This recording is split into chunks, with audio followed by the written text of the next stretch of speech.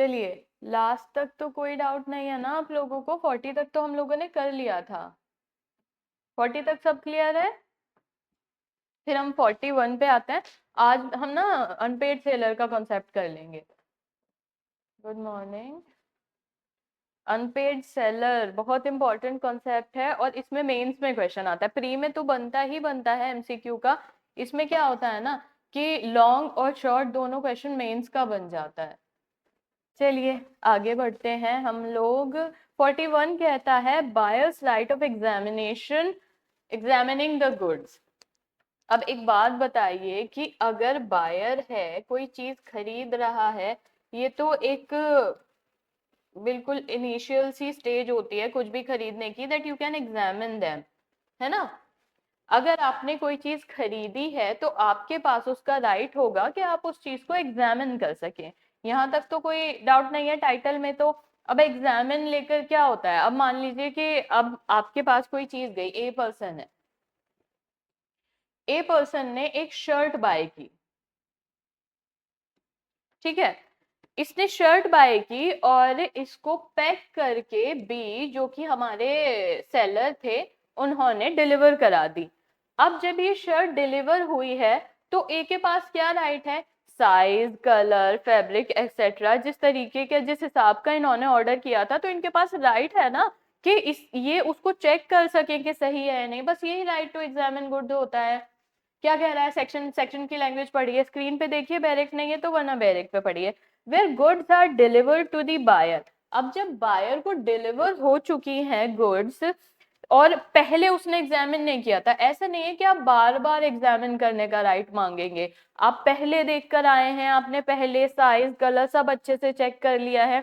मान लीजिए आपने स्टिच नहीं कराई है, आपने किसी रेडी टू सेल प्रोडक्ट को ऑर्डर किया है या परचेज किया है, तो आप वहां पहले ही एग्जामिन कर कर आ गए हैं, कलर एक्सेट्रा जो भी इंपॉर्टेंट था। तो अब डिलीवर होने के बाद उसको एग्जामिन नहीं करेंगे।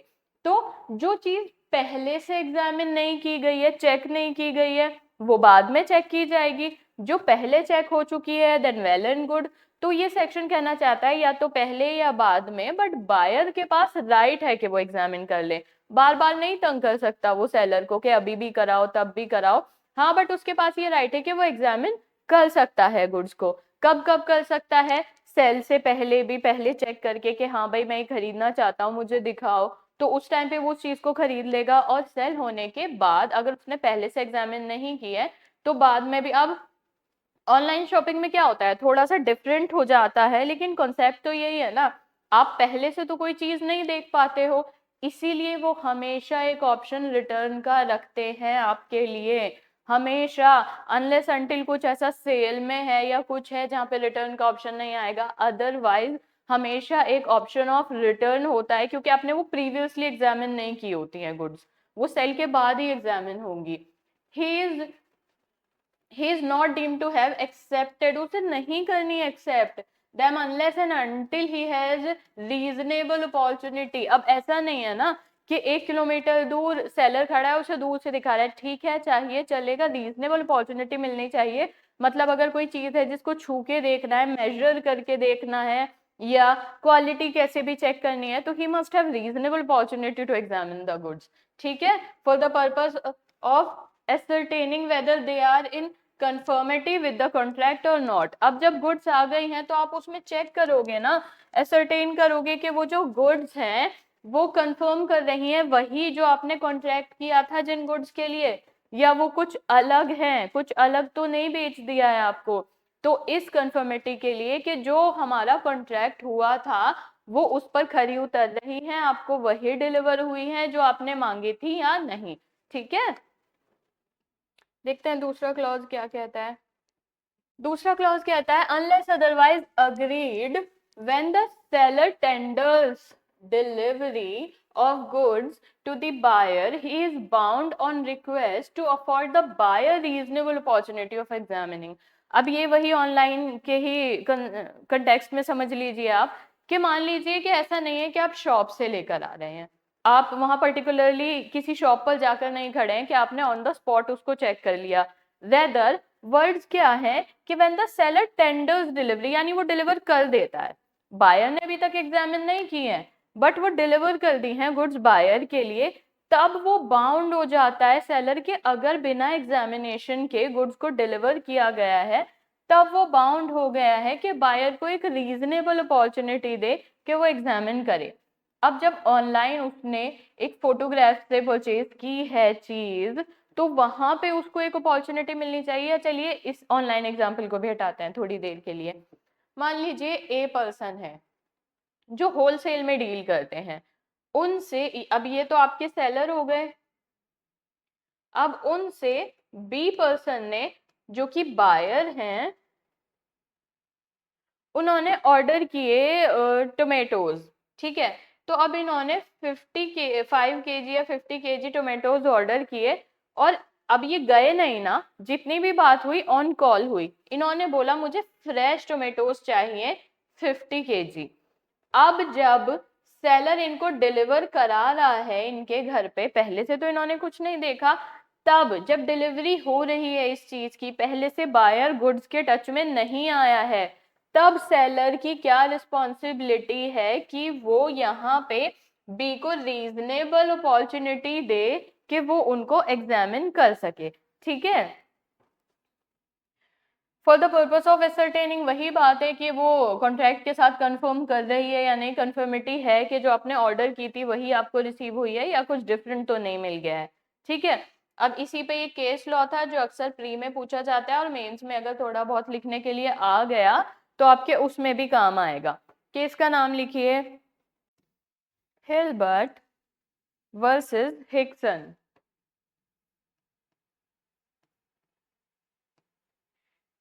कब का केस है ये? 1872 का केस है ये, ठीक है।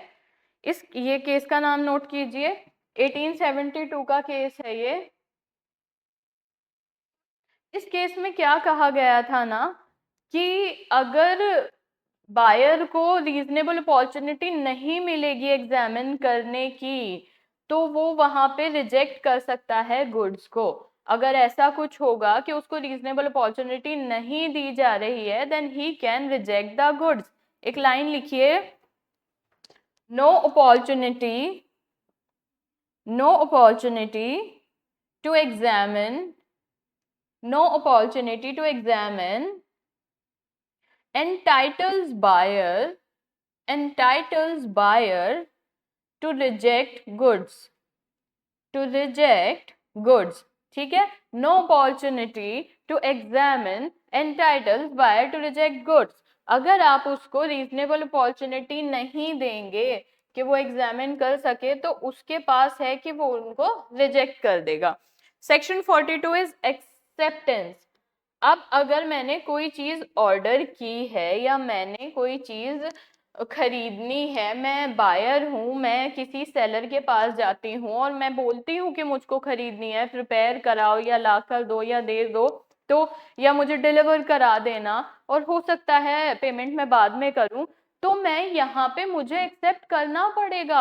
हाँ, कुछ चीजें होंगी कि वो डिलीवरेबल स्टेट में हो, कॉन्ट्रैक्ट से मैच करती हो, मुझे एग्जामिन करने की अपॉर्चुनिटी मिली हो, ये सारी चीजें समझ में आती हैं। लेकिन जब बायर होता है ना, जब सेलर सब कुछ करके देता है, तब वहां पे बायर बाउंड होता है उसको एक्सेप्ट करने के लिए। डायरेक्ट की लैंग्वेज देखिए क्या कहता है, the buyer is deemed to have accept the goods when he intimates. अब इस चीज को 3 पार्ट्स में पढ़ेंगे। अब एक्सेप्टेंस करने के लिए बाउंड है बायर, ये तो आप लोग समझ गए, लेकिन क्या होता है एक्सेप्टेंस? क्या ऐसा होगा कि ये कहा जाएगा कि हाँ भाई एक्सेप्टेंस हो चुका है या उस पर्टिकुलर पर्सन ने एक्सेप्ट कर लिया है? तो इसमें आपको 3 सिचुएशंस दे रखी हैं। पहला पॉइंट आपका बनेगा when the buyer intimates the seller about such acceptance. पहला पॉइंट आपका यहां से आएगा, यानी बायर कोई ऐसा एक्ट करता है, कोई ऐसा जेस्चर करता है जिसकी वजह से सेलर को ये इंप्रेशन चला जाता है कि उसने गुड्स एक्सेप्ट कर ली हैं। बायर का एक कोई भी ऐसा इंटीमेशन, कोई भी ऐसा एक्ट, कोई भी ऐसा जेस्चर जो सेलर को ये लगा दे, पता लगे कि उसने एक्सेप्ट कर लिया है। अब दूसरा दूसरा देखिए पॉइंट क्या है, when the buyer has done something inconsistent to the ownership of the seller. He does. अब सबसे पहली चीज है कि गुड्स डिलीवर हो गई हैं उसको, तो वो कुछ ऐसा करता है उन गुड्स के साथ, ओनरशिप के साथ, जो कि सिर्फ एक ओनर कर सकता है, तो फिर सेलर को पता लगे कि हाँ भाई मैंने इसको बेची थी, इसने एक्सेप्ट कर लिए और अब ये एक ओनर की तरह एक्ट कर रहा है। दूसरा पॉइंट हमारा ये हो गया। और तीसरा ये होता है इसमें कि कुछ टाइम, एक रीजनेबल टाइम बीत जाने के बाद तक वो अपने आप अपने पास रखे रहता है उन गुड्स को, वो सेलर को रिजेक्ट करने के बावजूद भी नहीं देता है। तो कई बार क्वेश्चन बन जाता है कि बताइए एक्सेप्टेंस कब हो जाता है या कब माना जाता है। तो 3 पॉइंट्स माने जाते हैं एक्सेप्टेंस होने के। सबसे पहले तो जब बायर ऐसा मतलब ऐसे इंटीमेट करे, ऐसा कोई एक्ट करे कि सेलर को लगे कि हाँ भाई एक्सेप्ट हो चुका है। एग्जाम्पल बाद में दूंगी, पहले समझिए। दूसरे में क्या होता है कि जब बायर कुछ ओनरशिप के साथ ऐसा एक्ट कर दे कि वैसे तो सेलर की ओनरशिप थी, अब डिलीवर हो गई हैं उसको गुड्स। इस केस में सेकंड पॉइंट में क्या इंपॉर्टेंट है कि गुड्स डिलीवर हो जानी चाहिए। अब उसको गुड्स डिलीवर हो चुकी हैं और वो उनकी ओनरशिप को ये ऐसा एक्ट करे जो सिर्फ ओनर ही कर सकता है, यानी सेलर को ये इंप्रेशन पड़े कि now I am not the owner, अब ये ओनर है इसलिए ये ऐसा कर रहा है। अब उसने एक्सेप्ट कर ली होगी तभी तो वो ओनर की तरह बिहेव कर रहा है। दूसरा ऑप्शन ये हो गया।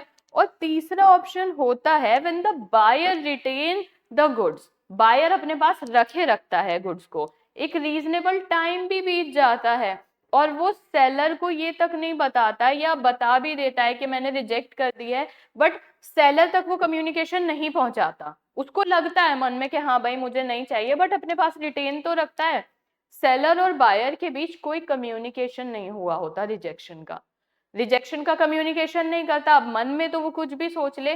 तो पॉइंट इस थर्ड पॉइंट में क्या होगा, एक तो वो रिटेन रखता है गुड्स को, एक रीजनेबल टाइम भी लैप्स हो जाता है।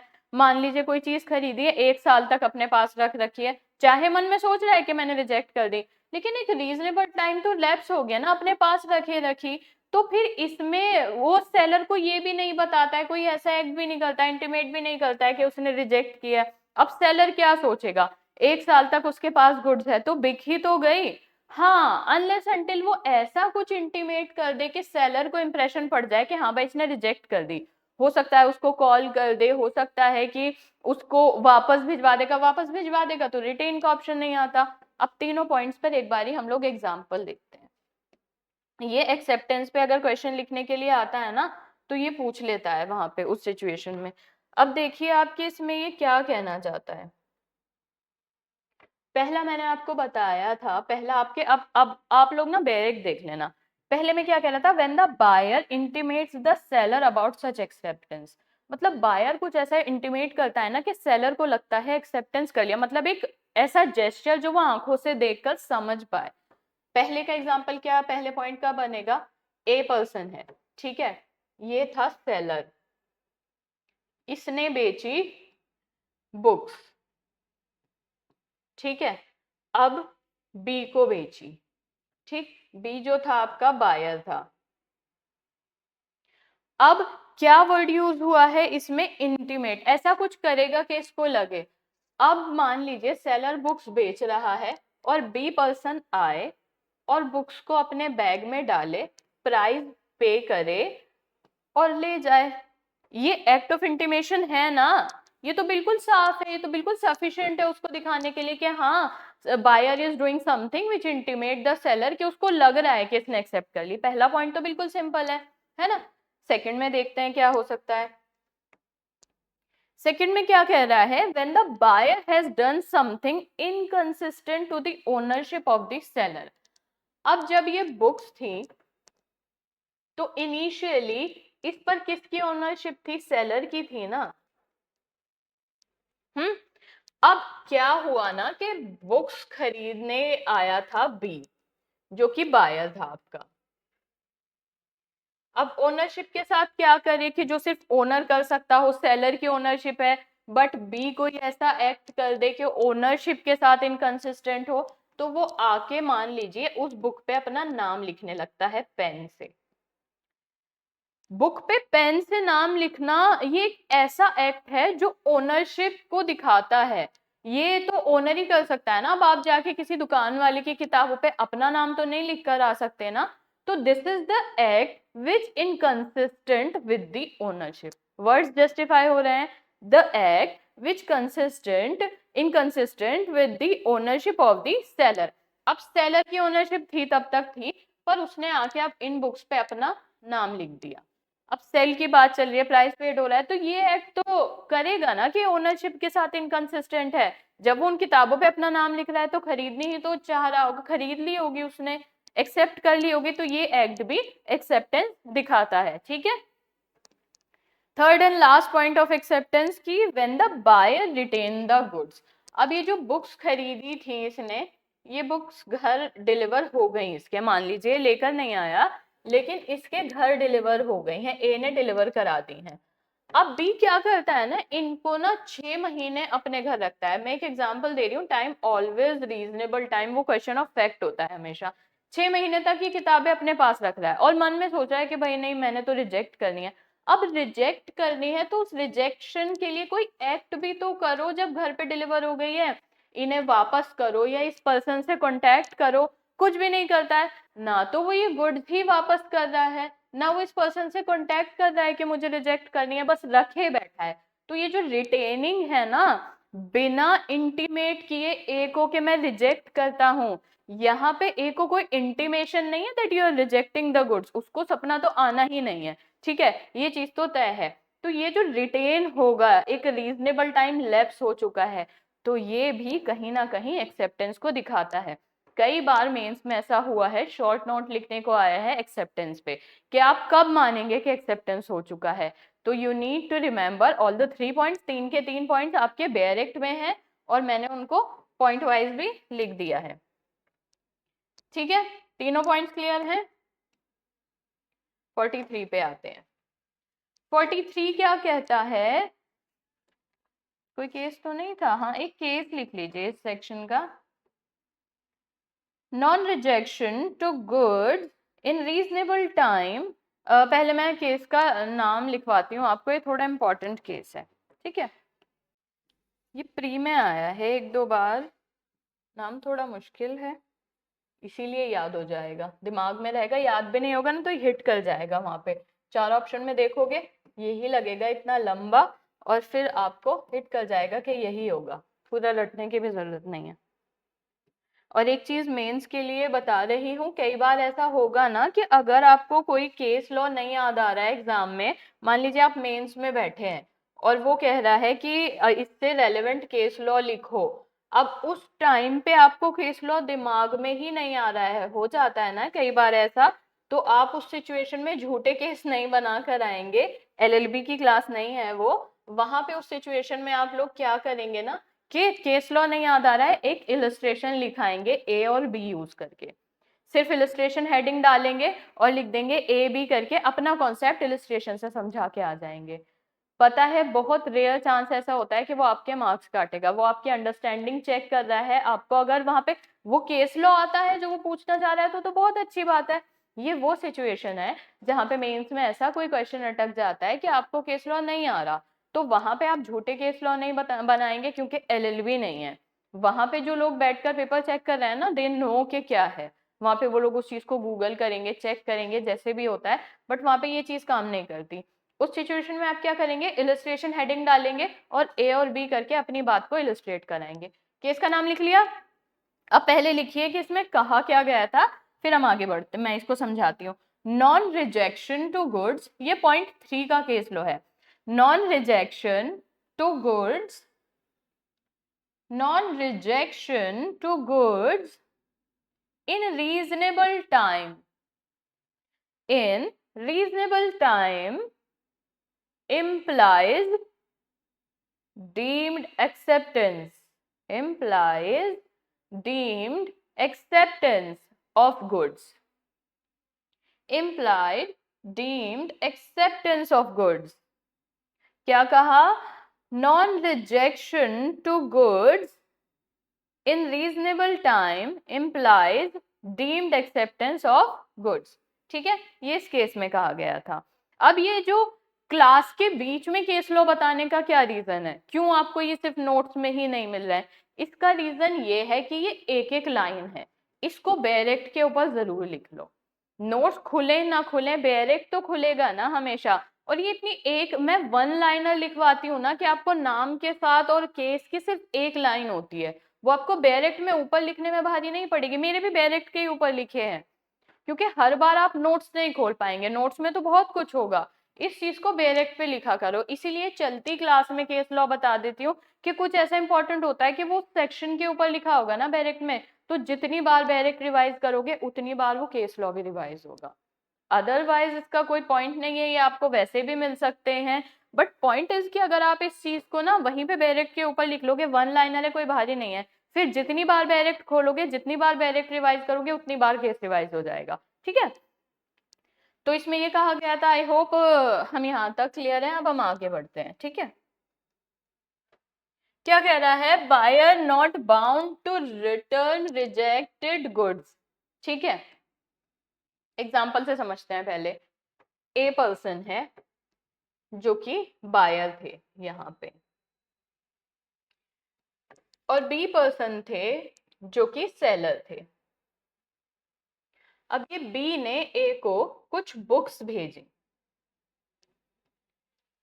और ए को नहीं पसंद आई। अब डिलीवर किसने कराई थी, बी ने कराई थी। ऐसा तो नहीं था ना कि शॉप से जाकर लेकर आया था। अब भारी बुक्स थी, बहुत सारी बुक्स थी, जब डिलीवर हो गई तो ए ने बी को क्या किया, ये कॉल किया या किसी भी तरह इन्फॉर्म किया कि आपने जो बुक्स भेजी हैं वो सही नहीं है, मैं नहीं एक्सेप्ट करूंगा और मैं पे नहीं करूंगा इस चीज के लिए, मैं उस चीज के लिए पे नहीं करूंगा और मैं इन बुक्स को एक्सेप्ट नहीं करता हूं। इस केस में क्या होगा ना, अब उसने इन्फॉर्म कर दिया रिजेक्शन का अपना, उसने बता दिया कि भाई मैं रिजेक्ट करता हूं आपके गुड्स को, मुझे नहीं चाहिए, आप ले जाओ। अब ऐसे में क्या होता है कि वो उसके घर पे पड़ी रहती है, बाय सेलर के यहाँ से कोई नहीं जाता बुक्स लेने। तो यहाँ पे अगर वो आके ये कह देगा सेलर कि अब तो एक रीजनेबल टाइम लैप्स हो चुका है, बुक्स तो उसी के पास पड़ी है, अब तो सेल कंप्लीट मानी जानी चाहिए, अब तो मेरा प्राइस पे कराओ, तो ऐसा नहीं होता है। रिटर्न करने के लिए वो बाउंड है ही नहीं, उसने आपको इन्फॉर्म कर दिया ना, उसने बोल दिया, इन्फॉर्म करना यहाँ पे मैंडेटरी है, वही बात है कि वो खुद से नहीं समझेगा उस चीज को, उसने आपको इन्फॉर्म कर दिया कि I am rejecting the goods, तो यहाँ पे वो उन गुड्स को वो रिटर्न करने के लिए खुद से बाउंड नहीं है। सेक्शन की लैंग्वेज देखते हैं।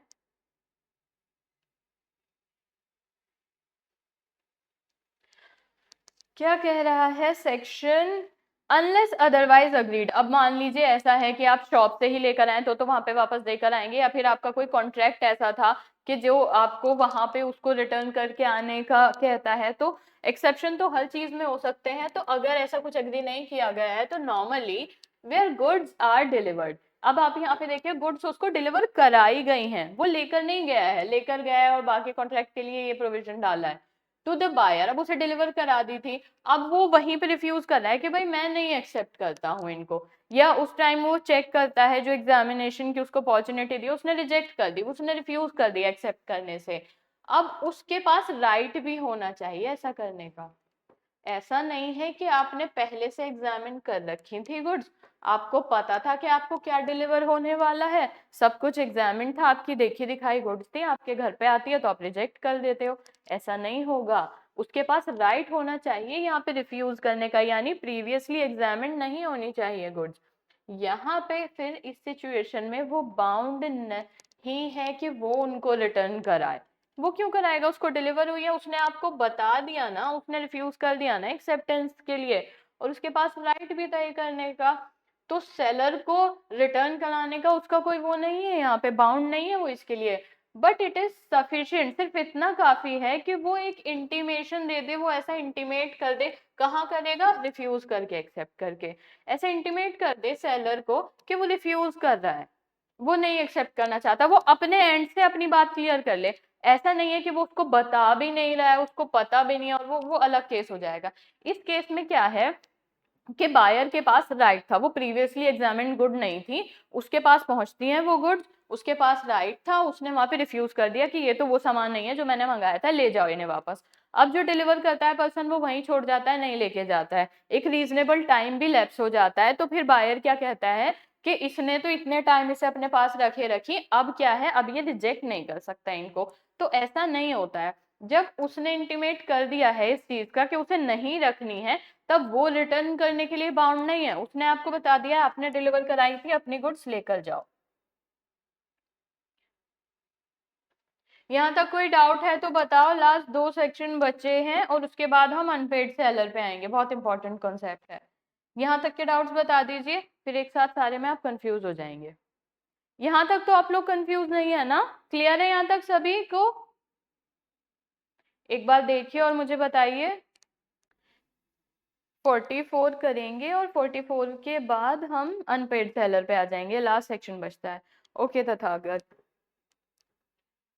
फिर हम अनपेड सेलर पे आते हैं, इंपॉर्टेंट कॉन्सेप्ट प्री मेंस सब के लिए। ओके पारुल, चलिए 44 देखिए आप लोग, liability of buyer for neglecting और रिफ्यूजिंग डिलीवरी ऑफ गुड्स। अब एक बात बताइए कि अगर आप कोई चीज खरीद रहे हैं, लेट सपोज आप बायर हैं, तो अगर आप कोई चीज खरीद रहे हैं, तो अगर आपने उसके लिए पे किया है या तो पे नहीं किया है, दोनों ही सिचुएशन होती है कि आप बाद में पे करेंगे, दोनों हाल में अगर आपकी साइड से नेग्लिजेंस है तो उसका सफर सेलर तो नहीं करेगा। सिंपली जब सेक्शन सारे बायर को प्रोटेक्ट करने के लिए हो रहे हैं, तो कुछ सेक्शन सेलर को भी तो प्रोटेक्ट करेंगे। अभी तक मैंने पिछला जितना पढ़ाया है इसमें कि वो ऐसा नहीं कर सकता, वो डिलीवर कराएगा, रिजेक्ट होंगी तो खुद लेके जाएगा, XYZ जो भी था, अगर सारी चीजें बायर को प्रोटेक्ट कर रही हैं तो सेलर को भी तो कुछ प्रोटेक्ट करेगा ना। देखिए कैसे, बैरेक देखिए क्या लैंग्वेज है इसकी, ये कह रहा है when the seller is ready. अब यहाँ पे सेलर के पार्ट में कोई दिक्कत नहीं है, वो रेडी भी है और विलिंग भी है गुड्स को डिलीवर कराने के लिए। सेलर जो आपका है वो रेडी भी है और विलिंग भी है, आपके जो आपको चाहिए था वो आपको डिलीवर करा देगा, ठीक है। जो और वो फिर बायर से रिक्वेस्ट करता है कि आपने जो कॉन्ट्रैक्ट किया था, आपने जो डिलीवरी मांगी थी, आपने जो डिलीवरेबल स्टेट बताई थी, मैंने सारी गुड्स उसी में तैयार कर दी हैं, तो प्लीज आप इनकी डिलीवरी ले लीजिए, एक्सेप्ट कर लीजिए और आप मुझे पे कर दीजिए, ठीक है। लेकिन जो यहाँ पे बायर है वो एक रीजनेबल टाइम के अंदर, अब मान लीजिए इस बायर ने केक ही ऑर्डर किया था, वो भी कस्टमाइज कराया था, कस्टमाइज किया सेलर ने अच्छे से, जैसे बोला था बिल्कुल वैसे प्रिपेयर किया, और उसके बाद उसने कहा, रिक्वेस्ट की बायर से कि सर अब आप अपने केक की डिलीवरी ले लीजिए। बट बायर क्या करता है कि 4 5 6 दिन तक रिफ्यू उस चीज को टालता रहता है, ना हाँ कह रहा है, ना कह रहा है, ना डिलीवरी ले रहा है उस चीज की। एक रीजनेबल टाइम चला गया, आप खुद बताइए अब 6 दिन बाद वो केक कौन लेगा? एक तो कस्टमाइज्ड केक था, कोई वैसे भी नहीं लेगा, ठीक है। अब कौन लेगा उसको? तो अब एक रीजनेबल टाइम भी चला गया, अब वो जो रिक्वेस्ट करी जा रही थी बार बार डिलीवरी की, वो नहीं सुनी उसने। तो यहाँ पे ही कौन है? बायर। यहाँ पे बायर लायबल है कि सेलर को उसका लॉस जितना भी हुआ है, कस्टमाइज कराया आपने केक, उसने मेहनत की, उसने सामान लगाया और भी XYZ जो भी किया, आपकी वजह से, आपकी नेग्लिजेंस की वजह से उसको जो भी लॉस हुआ है ना, कि आपने नेग्लेक्ट किया या रिफ्यूज किया डिलीवरी लेने से, तो यहाँ पे आप एक रीजनेबल चार्ज उसको पे करेंगे। उसने केयर एंड कस्टडी की, उसने बना कर दिया आपको, तो now you need to pay the damages, मतलब बायर नीड टू, ठीक है, क्योंकि ये सेक्शन सेलर को प्रोटेक्ट कर रहा है। अब सेलर यहाँ पे अपने पार्ट में बिल्कुल ठीक है, सेलर की साइड से कोई गलती ही नहीं है, सेलर क्या कर रहा है यहाँ पे, बिल्कुल रेडी है, वो बिल्कुल विलिंग है कि आप डिलीवरी ले लीजिए, वो रिक्वेस्ट भी कर रहा है आपसे कि आप ले लीजिए, पर आप क्या कर रहे हैं ना, रीजनेबल टाइम बीत गया, अब उस केक को आप आ गए 1 साल बाद कि हाँ वो जो मैंने 1 साल बाद पहले कस्टमाइज कराने के लिए कहा था, अब मैं रेडी हूँ, अब दे दो।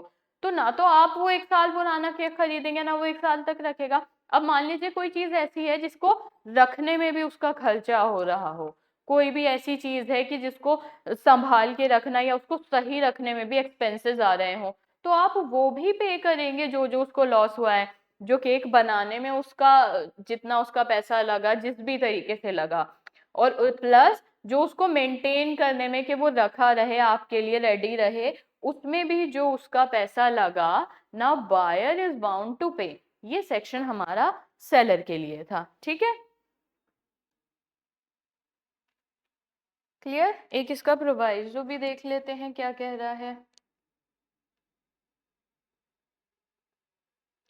क्या कह रहा है, provided that nothing in this section shall affect the right of seller where the neglect or refusal of the buyer to take delivery amounts to a repudiation of the contract। अब आप एक बात, मेरी बात सुनिए। ए पर्सन था, ठीक है, ए ने ऑर्डर करी थी ब्लैक पेन। क्या ऑर्डर किया था ए ने, ब्लैक पेन। अब जो आपके सेलर है ना,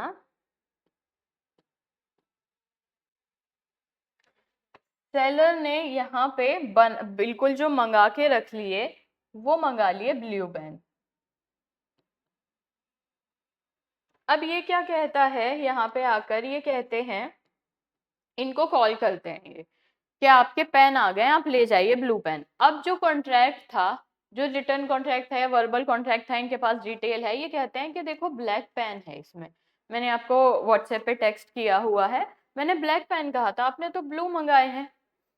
ऐसे केस में ये जो आपका बायर है, इसके पास कौन सा इसके पास कौन सा राइट है कि रेप्यूडिएट कर दे कॉन्ट्रैक्ट को, जब आपके कॉन्ट्रैक्ट से गुड्स मैच नहीं होती हैं।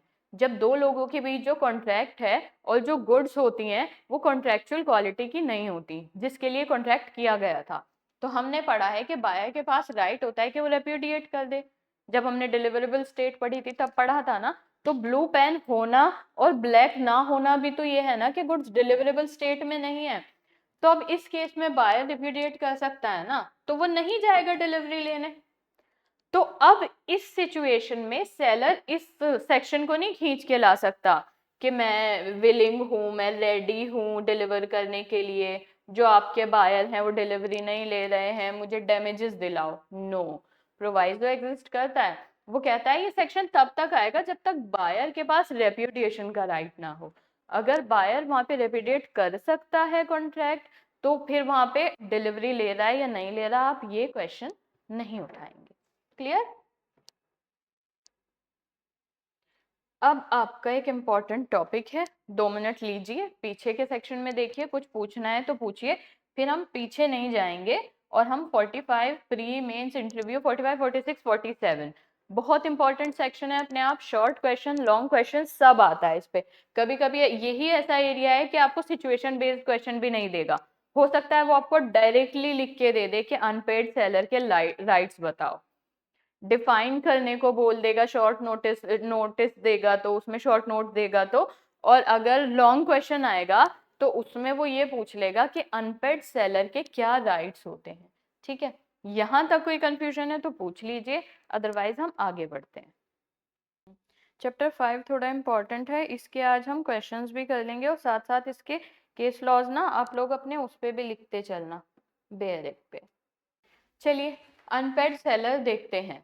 सबसे पहले 45 में ये डिफाइन किया गया है। आपको ये बात पता होनी चाहिए कि चैप्टर 5 जो है ये राइट्स ऑफ अनपेड सेलर को करता है गुड्स के अंदर। अनपेड क्या है, अगर हम इसी चीज को एक एग्जांपल से समझें, कब होगा अनपेड सेलर। पहली बात तो अनपेड रह कौन गया है, सेलर रह गया है। अब अनपेड वो किस सिचुएशन में होगा, क्या ऐसा होगा कि आपका सेलर अनपेड माना जाएगा।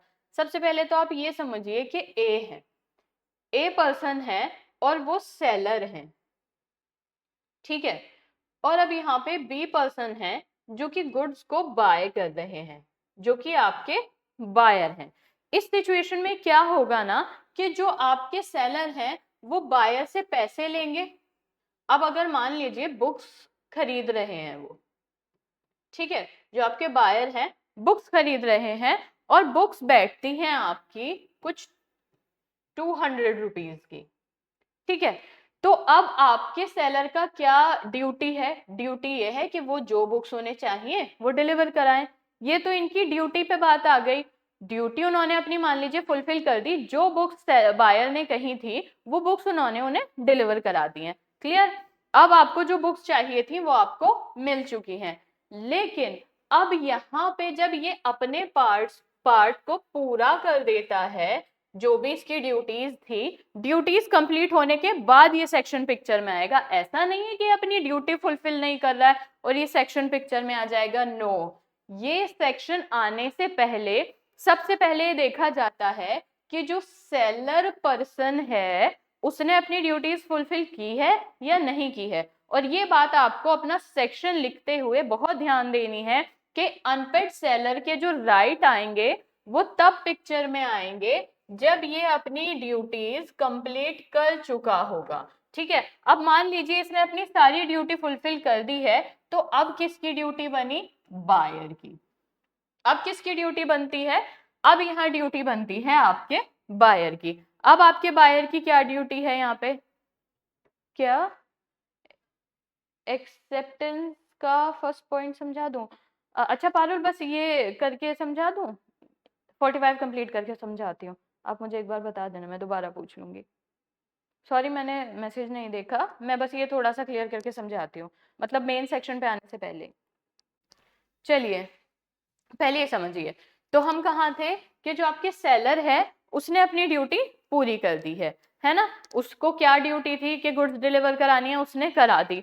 उसको दूसरी क्या ड्यूटी थी कि भाई वो डिलीवरेबल स्टेट में हो, सही हो, वो एक्सेप्ट करने लायक हो, वो भी था। इसने एक्सेप्ट कर ली, तो ये अपनी ड्यूटी से आजाद है ना। अब जब आप इसके ऊपर शॉर्ट नोट लिखोगे तो आपको ये चीज मेंशन करनी होगी कि ये सेक्शन पिक्चर में आने के लिए सेलर को अपनी ड्यूटी करनी पड़ेगी। चलो यहाँ तक क्लियर है हम लोग कि इसने अपनी ड्यूटी कर दी। अब किसकी बारी आई? अब पिक्चर में आते हैं जो आपके बायर हैं। एक तो इन्होंने डिलीवरी ले ली, इन्हें इनकी गुड्स मिल गई, जैसी इन्हें चाहिए थी इनको बिल्कुल वैसी मिली है, इनको उससे कोई दिक्कत भी नहीं है। अब क्या है, जब ये गुड्स को एक्सेप्ट कर रहे हैं वो इनके हिसाब से बिल्कुल ठीक है, अब इन्हें पे करना है ना। अब इनकी ड्यूटी बनती है। अब इनकी ड्यूटी क्या है? जब सेलर अपनी ड्यूटी पूरी कर रहा है तो अगली ड्यूटी बायर की हो जाती है। जब इसको सारे राइट्स मिल गए हैं तो अब इसकी ड्यूटी बची ना, तो अब इसकी ड्यूटी है टू पे द प्राइस। ये अब इसकी ड्यूटी है। जब एक पर्सन अपनी ड्यूटी पूरी कर रहा है, इसकी सारी सब कुछ इसे जो चाहिए था मिल रहा है, तो अभी अब इसकी ड्यूटी है कि टू पे द प्राइस। अब मान लीजिए पहला सिचुएशन तो ये हो सकता है कि ये पे ही नहीं कर रहा है, ही रिफ्यूज टू पे, मैं नहीं है, मेरे पास नहीं है अब पैसे। एक तो सिंपल सा ये कॉन्सेप्ट हो जाएगा। या रिफ्यूज भी नहीं कर रहा है, नेग्लेक्ट करे जा रहा है, आज ले लेना, कल ले लेना, परसों ले लेना, 4 दिन में दे दूंगा, 4 दिन भी बीत गए, अब कह रहा है 8 दिन में दे दूंगा। दूसरा सिचुएशन ये है। तीसरा सिचुएशन ये है कि एक चेक देता है, ठीक है, ये एक चेक देता है जो भी प्राइस था उसका, और जब हमारे जो सेलर हैं वो चेक लेकर बैंक में जाते हैं तो वो चेक डिसऑनर्ड हो जाता है। चेक या कोई भी ऐसा नेगोशिएबल इंस्ट्रूमेंट ये देते हैं कि इससे पे कर लेना, और वो इंस्ट्रूमेंट या वो चेक उन्हें पे नहीं कर पाता है, जो कंडीशन फुलफिल होनी चाहिए थी वो नहीं होती है। मान लीजिए इनके बैंक में ही पैसे नहीं है, तो चेक तो डिसऑनर्ड हो गई। तो इस सिचुएशन में भी क्या हो रहा है कि इनकी ड्यूटी नहीं फुलफिल हो पा रही है ना, ये पे नहीं कर पा रहे हैं। और ये पे ना कर पाना यानी जो आपके सेलर हैं उनको पैसे ना मिल पाना अपने आप में उनको एक अनपेड सेलर बना देता है।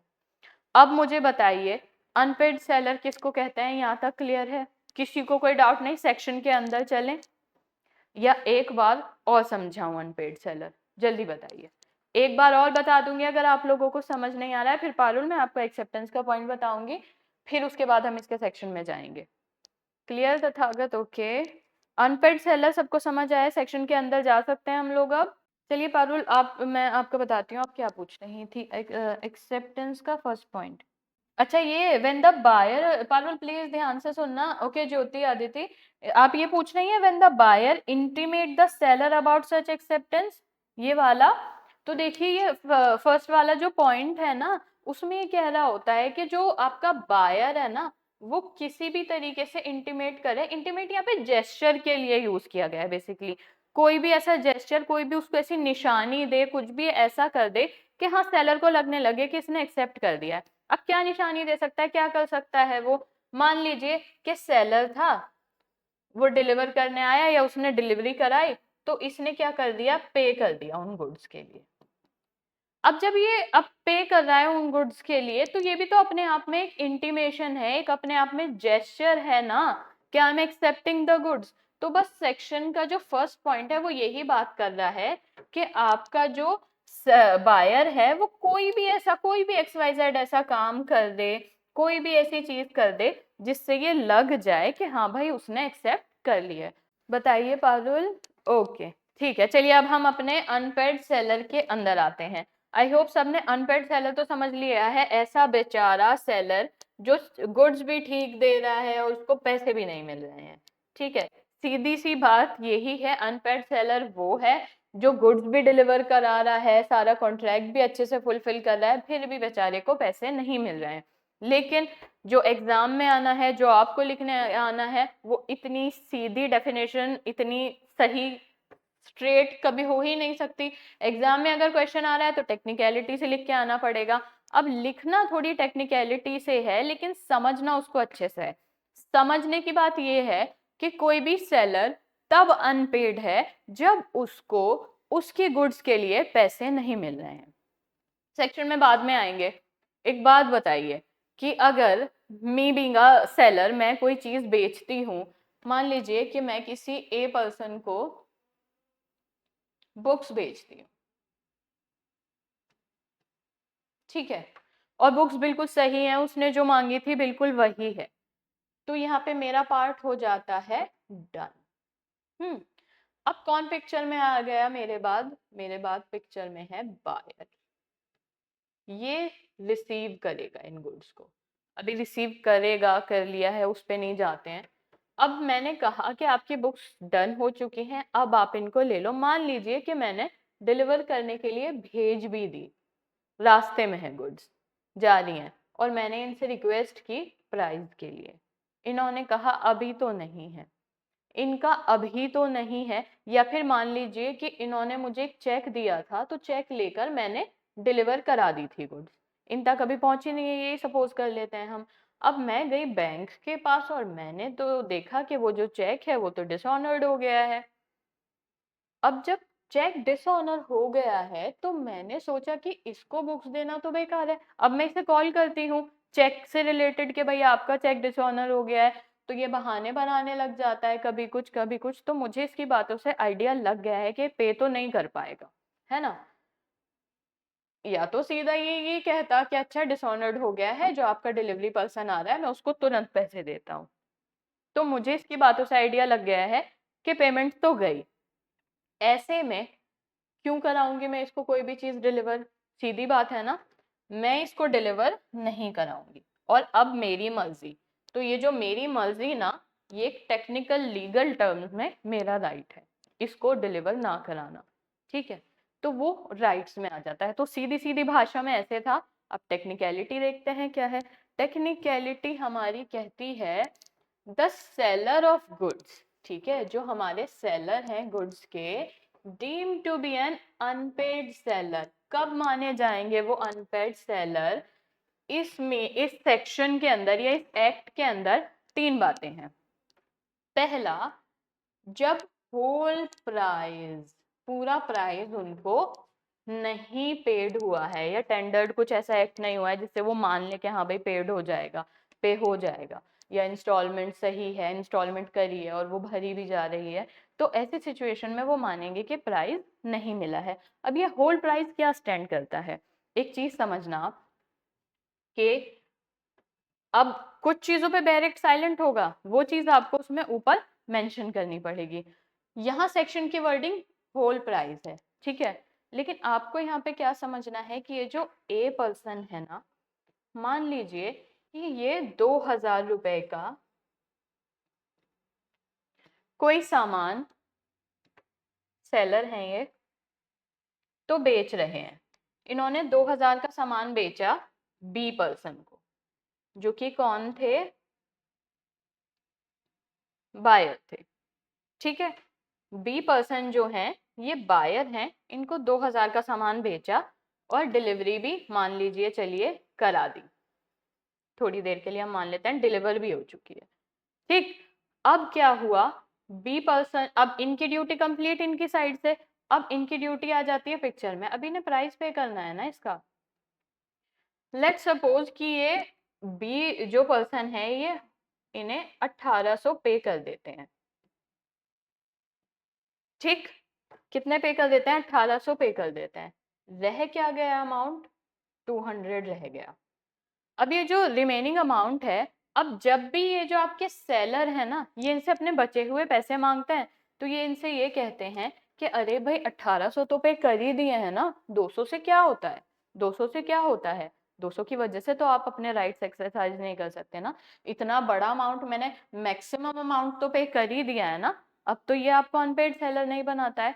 बट नो, नो मैटर ये क्या लिखा है, होल प्राइस नहीं पे हो रहा है, ठीक है, लेकिन अगर उसका थोड़ा सा शेयर भी रह जाता है ना, तो भी वो वहां पे अनपेड सेलर बन जाता है। पार्शियल पेमेंट भी अगर रह जाती है तो भी ये पर्सन अनपेड सेलर ही कहलाएगा, वेदर इट इज 1800 और 200। जब तक आप पूरा प्राइस नहीं पे कर दोगे उसको, 2 रुपए भी मैटर करेंगे उसके लिए। भाई वो सेलर है, उसका हिसाब है अपना, आप पूरा प्राइस पे करो उसको। आप ये नहीं कहोगे 2 रुपए ही तो बचे हैं या 200 रुपए ही तो बचे हैं। आपने क्या पे करना है, होल प्राइस। अगर इस होल प्राइस में 1% प्राइस भी आप उसका रख लेते हो ना, आप उसे 99% पेमेंट कर रहे हो, लेकिन आप उसे 1% पे नहीं कर रहे हो, तो भी माना जाएगा आपने होल प्राइस पे नहीं किया है, तो भी वो इंसान अनपेड सेलर बन जाएगा। समझ आ गई, इस चीज पे सिचुएशन बेस्ड क्वेश्चन आ जाता है। व्हाट इफ 99% प्राइस पे हो गया है, व्हाट इफ सिर्फ 1% बचा है, क्या अभी भी वो अनपेड सेलर वाले राइट एक्सरसाइज कर सकता है, क्या अभी भी उसके पास अनपेड सेलर वाले राइट्स हैं? तो हाँ भाई हैं, आपके सेक्शन के वर्ड्स हैं कि जब तक पूरा प्राइस नहीं पे हो जाता, अब 1% भी रह गया है तो पूरा प्राइस नहीं पे हुआ है। क्लियर? तो पहला पॉइंट आपको समझ आया, एक एक पॉइंट पे लिखने को आता है, एक एक पॉइंट पे एमसीक्यू बन जाता है, और एक एक पॉइंट आपके लिए मेंस के लिए बहुत इंपॉर्टेंट है, सिचुएशन बेस्ड क्वेश्चन आ जाते हैं। पॉइंट 1 क्लियर है कि अनपेड सेलर कब बन रहा है, जब पूरा प्राइस पे नहीं किया जा रहा है, नो मैटर उसके 2 रुपए भी बचते हैं ना, तो वो भी काउंट किए जाएंगे। ठीक है, अब बी में क्या कहता है, वो पहला तो आपको पता लग गया कि वो अनपेड सेलर कब बनेगा, और दूसरे में यहाँ पे ना जो होल प्राइस है उसको हाईलाइट कर लेना बेरिक में। दूसरे पॉइंट में when a bill of exchange, अब यहाँ पे ना आप नेगोशिएबल इंस्ट्रूमेंट एक्ट नहीं पढ़ रहे हैं, इनको डिफाइन करने नहीं बैठ जाना, आप क्या पढ़ रहे हैं इसमें, अनपेड सेलर कब बन रहा है, जो कॉन्सेप्ट पढ़ रहे हैं उसमें उस कॉन्सेप्ट पे ही ध्यान रखना। कभी भी अनपेड सेलर पढ़ते हुए वो आपसे बिल ऑफ एक्सचेंज डिफाइन करने को नहीं कहेगा, वो कब कहेगा, जब आप एनआई में क्वेश्चन करेंगे। यहाँ पे अपने पॉइंट से कोई नहीं भटकेगा, ये सब हम एनआई में पूछा जाता है, एनआई में करेंगे। यहाँ पे हम क्या देख रहे हैं, अनपेड सेलर कब बन रहा है, वो पहले कब बन रहा था, जब उसको पूरा प्राइस नहीं पे किया गया था। दूसरे पॉइंट में कब बन रहा है वो अनपेड सेलर, जब बिल ऑफ एक्सचेंज हो या कोई भी नेगोशिएबल इंस्ट्रूमेंट हो, चेक वगैरह कुछ भी हो सकता है, डिबेंचर, कोई भी चीज जो उसने रिसीव की है, एक कंडीशनल पेमेंट है। अब मान लीजिए चेक ही है, तो चेक में क्या होता है कि अगर उसके अकाउंट में पैसे होंगे तभी तो वो बैंक आपको निकाल के देगा उस चेक के पैसे, या कोई भी नेगोशिएबल इंस्ट्रूमेंट किसी भी तरीके की कंडीशनल पेमेंट है, तो अगर वो कंडीशन पूरी ही नहीं हो रही है, फुलफिल ही नहीं हो पा रही है, रीजन गलती पे कौन है, डिसऑनर्ड कर रहा है वो जो बायर है एक इंस्ट्रूमेंट को, या कोई और वजह है, मतलब जो उसने आपको कीमत के तौर पे पैसे की जगह आप उसने आपको बिल ऑफ एक्सचेंज दिया है, कोई नेगोशिएबल इंस्ट्रूमेंट दिया है, चेक वेक जो भी पूरा हुआ है, उसकी जो कंडीशन थी, चेक की क्या कंडीशन होती है, बैंक में लेके जाएंगे, उसके अकाउंट में पैसा होना चाहिए, वो आपको पे कर देगा। लेकिन वो कंडीशन ही फुलफिल नहीं हो पा रही है, उसके अकाउंट में तो पैसे ही नहीं है। अब कंडीशन कैसे भी नहीं फुलफिल हो सकती है, देखिए आपके एक्ट ने कह दिया मत घुसो, डिसऑनर हो रहा है या कुछ भी हो रहा है, वहां नहीं जाओ, कुछ भी हो रहा है, आपका पॉइंट क्या है कि फुलफिल नहीं हुई है आपकी कंडीशन, जो पैसे मिलने थे इन डॉक्यूमेंट्स के बदले वो नहीं मिल रहे हैं आपको, आपका मुद्दा वो है। पहले में क्या हो रहा था कि होल पेमेंट नहीं हो रही थी उसको, दूसरे में क्या हो रहा है कि उसको चेक वगैरह दे दिया गया है, बट वो डिसऑनर हो जाता है, डिसऑनर हो जाता है, कभी कुछ हो जाता है। तो डिसऑनर के केस में या कोई ऐसा नेगोशिएबल इंस्ट्रूमेंट है जिससे पैसे निकाले जा सकते थे बट नहीं निकल रहे हैं, किसी भी तरीके से वो चीज मनी में कन्वर्ट नहीं हो पा रही है, किसकी गलती की वजह से, बायर की गलती की, बायर की कमी की वजह से डिसऑनरमेंट हो रहा है। तो यहाँ पे भी वो बंदा जो है, जो आपका सेलर है, अगर चेक ही डिसऑनर हो गया तो इसको तो पैसे ही नहीं मिले, है ना। अब इसको पैसे नहीं मिले तो अगेन ये अनपेड सेलर बन जाता है। ठीक है, दूसरा केस भी समझ आया आपको। अब यहाँ पे भी ये अनपेड सेलर बन गया, डायरेक्ट देखेंगे आप लोग क्या कह रहा है डायरेक्ट, दोबारा दोनों पॉइंट्स देखते हैं, इंपॉर्टेंट है ये, कि seller of goods is deemed to be an unpaid seller. कोई सेलर कब माना जाएगा कि वो अनपेड सेलर है, when the whole of the price has not been paid और टेंडर्ड, या तो पूरा प्राइस उसको पे ही नहीं किया गया है, ठीक है, या फिर उसे कोई बिल ऑफ एक्सचेंज या कोई नेगोशिएबल इंस्ट्रूमेंट चेक वेक कुछ दिया गया था और वो डिसऑनर हो गया, या कोई कंडीशनल पेमेंट होनी थी जो बायर को कंडीशन फुलफिल करनी थी बट वो कंडीशन ही पे फुलफिल नहीं हुई है, तो उसकी वजह से जो डॉक्यूमेंट है वो डिसऑनर हो गया है। तो मोटिव इज कि उसको पैसे नहीं मिले हैं, अब पैसे नहीं मिले हैं वहां पे उसको, तो वो उसको अनपेड सेलर बना दिया। दोनों पॉइंट है, दो पॉइंट उसको क्या बना रहे हैं, सेलर को अनपेड सेलर बना रहे हैं। जो गुड्स वो बेच रहा है उसे उस गुड्स के लिए पैसे नहीं मिल पा रहे हैं। क्लियर है हम यहाँ तक, है ना। अगर ये सब, तो अब पता लग गया अनपेड सेलर कौन है। आप किसी को राइट्स तो बाद में दोगे ना, अब मान लीजिए कोई इंसान जो है इन दोनों में से किसी एक भी कैटेगरी में आ जाता है, ए में आ जाता है या बी में आ जाता है, दोनों में आना जरूरी नहीं है एक साथ, या तो एक फुलफिल कर लेगा या बी, और कई बार तो बेचारा ऐसा होता है कि दोनों में ही आ जाता है, वो उसका बैड लक है। ठीक, तो अब अगर कोई इंसान अनपेड सेलर है तो उसके क्या राइट्स हैं हम आगे के सेक्शन में पढ़ेंगे, लेकिन ये यहाँ पे आपको ये बता रहा है सब क्लॉज 2 में कि जो सेलर होगा ना, सिर्फ वो नहीं है कि जो बेच रहा है, जो मेन ओनर है उसी को ही सेलर कहेंगे, लेकिन अगर कोई पोजीशन में भी है ना ऐसी सेलर की, उसका कोई एजेंट है जो उसके बिहाफ पे सेल कर रहा है, या उसका कोई ऐसा इंसान है कि जिसको उसने अथॉरिटी दे रखी है कि हाँ भाई मेरे बदले सेल कर दो, ऑथराइज्ड एजेंट है, एजेंट वगैरह जो है, वो सब भी सेलर ही माने जाते हैं। कि मान लीजिए आपने मेन ओनर के नाम पे चेक नहीं दिया या बिल ऑफ एक्सचेंज नहीं दिया, आपने क्या किया, उसके एजेंट से सेल की बात की, और जो आपने बिल ऑफ एक्सचेंज या चेक वगैरह जो भी दिया वो उसके एजेंट के नाम पे दिया, अब वो डिसऑनर हो गया। तो आप ये नहीं कह सकते कि सेलर थोड़ी था, नहीं भाई, अगर वो अपने सेलर के बिहाफ पे काम कर रहा है ना, उसकी अथॉरिटी से काम कर रहा है, उसका एजेंट है या कुछ भी है, तो यहाँ पे वो सेलर ही है, उसको सेलर ही कहा जाएगा इस सेक्शन में। वो ये बता रहा है कि सेलर के एजेंट, सेलर के कोई भी ऑथराइज्ड एजेंट, यहाँ पे सब सेलर ही माने जाते हैं। सभी को समझ आया कि अनपेड सेलर क्या है, सबको समझ आया।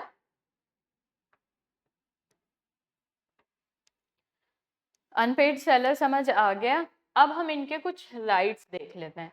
टेक्निकल टर्म्स में आने से पहले एक बात बताओ, अगर आप अब कोई भी चीज रटी नहीं जा सकती, डायरेक्ट की टेक्निकल लैंग्वेज में नहीं घुसा जा सकता अचानक से एकदम से, आपने समझ लिया अनपेड सेलर क्या है कि उसको पैसे नहीं मिल रहे हैं बेसिकली, लिख के आने के लिए आपको मेंस में आपका कॉन्सेप्ट क्लियर होना बहुत जरूरी है।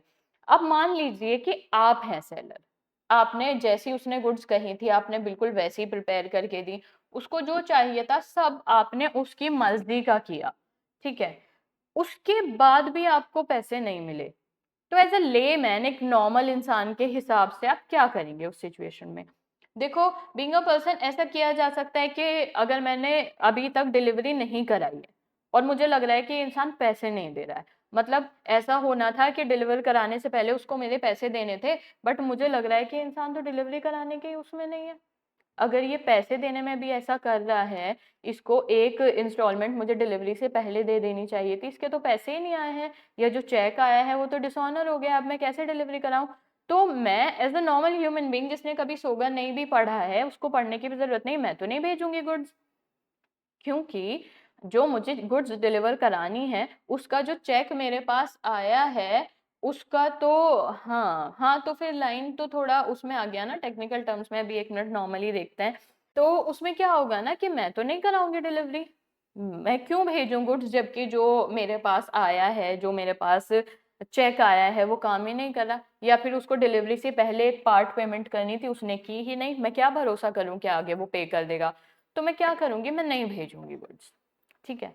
दूसरा मैं क्या कर सकती हूँ, मान लीजिए गुड्स निकल गई हैं, मैंने ट्रांजिस्ट कर दी है, मेरी जो गाड़ी जाती थी डिलीवर करने के लिए, मैंने वहां पे उसको गाड़ी वाले को, वैन वाले को गुड्स दी, और मैंने बोला कि पर्टिकुलर पर्सन को दे आओ। अब जो गुड्स डिलीवर होने निकल गई और मुझे बाद में पता लगा कि भाई वो तो पे ही करने की हालत में नहीं है, मुझे तो उसका इरादा ही नहीं लग रहा पे करने का, तो मैं क्या करूंगी, अपने डिलीवरी पर्सन को कॉल करूंगी कि भाई रहने दो, मत जाओ, इसको मत देकर आओ गुड्स, इसका इरादा ही नहीं है पे करने का। मैं ये भी कर सकती हूँ। और अगर मान लीजिए कि उसको डिलीवर हो गई हैं गुड्स, तो मैं अपनी गुड्स वापस मांगूंगी ना, उसने यूज कर लिया तो मैं डैमेजेस मांगूंगी, क्लेम करूंगी, सिविल सूट फाइल करूंगी, वो एक बात की चीज है। मान लीजिए मेरे पास मेरी गुड्स वापस आ गई, आप एक एग्जांपल लेके चलिए कि वो मेरा डिलीवरी मैन लेकर जा रहा था, मैंने उसको कॉल करी कि भाई ये इंसान पैसे देने के लिए तैयार नहीं है, मेरी गुड्स वापस ले आओ। अब वो मेरी गुड्स वापस ले आया और 1 साल हो गया है मुझे वो गुड्स अपने पास रखे रखे, ऑल दो वो मैं उस पर्सन को डिलीवर कराना चाहती थी, अगर वो पैसे दे देता तो मेरी ये वहां बिक जाती। अब 1 साल से वो मुझसे कह रहा है आज दूंगा पैसे, कल दूंगा, फिर ले जाऊंगा, फिर ले जाऊंगा, अब पूरा साल बीत गया है। अब मैंने और ज्यादा उन गुड्स को रखा तो वो खराब हो जाएंगी, टूट जाएंगी, नहीं भी होंगी तो कब तक रखी रहेंगी? एक नॉर्मल टाइम, एक रीजनेबल टाइम होता है ना हर चीज का। तो 1 साल बाद में क्या करूंगी कि नहीं भाई मुझे नहीं लगता तुमने 1 साल से पैसे नहीं दिए, अभी क्या दोगे तुम, मैं उठा के अपने गुड्स को रीसेल कर दूंगी, मैं किसी और को बेच दूंगी जो पैसे देने के लिए होगा। क्या इन सारी सिचुएशन में मैंने कुछ गलत किया? एक लेमैन नॉर्मली ऐसे सरकमस्टांस में ऐसा ही तो करेगा। क्या एक नॉर्मल शॉपकीपर, एक businessman sales of goods act खोल के देखेगा उस टाइम पे कि क्या लिखा है अनपेड सेलर के लिए? नहीं।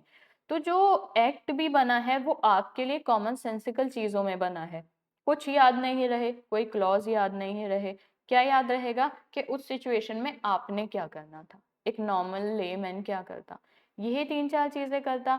जो आपका सेक्शन 45 है इसको आपको क्लॉज वाइज याद करना है। 45 में आप ए में क्या याद करेंगे कि अगर ए है तो ए में क्या कह रहा है, होल प्राइस नॉट पेड। ये ऐसे भी पूछ लेगा एमसीक्यू में बिल्कुल डायरेक्ट कि कौन से क्लॉज में दिया है, ए में दिया है, बी में दिया है, तो होल प्राइस की बात ए में हो रही है, डिसऑनर की बात, किसी negotiable instrument, bill of exchange की बात बी में हो रही है। इस चीज को क्लॉज वाइज याद रखोगे। और अब जो हमारा सेक्शन 46 आ रहा है इसको भी आपको थोड़ा क्लॉजेस को याद रखना पड़ेगा क्योंकि क्वेश्चन आ जाता है। एक केस लॉ लिखते हैं, और मैं ये सजेस्ट करूंगी कि अनपेड सेलर के जितने भी केस लॉ है, देखो मैं समझती हूँ हर चीज नहीं रटी जा सकती, नहीं याद हो पाती, बट आपको यहाँ कोशिश करनी है कि अनपेड सेलर के कॉन्सेप्ट में 45, 46, 47 में आप केस लॉ याद करने की कोशिश करेंगे। बेयर एक्ट के ऊपर लिख लो, जितनी बार अनपेड सेलर रिवाइज करोगे उतनी बार केस लॉ रिवाइज हो जाएगा, है ना?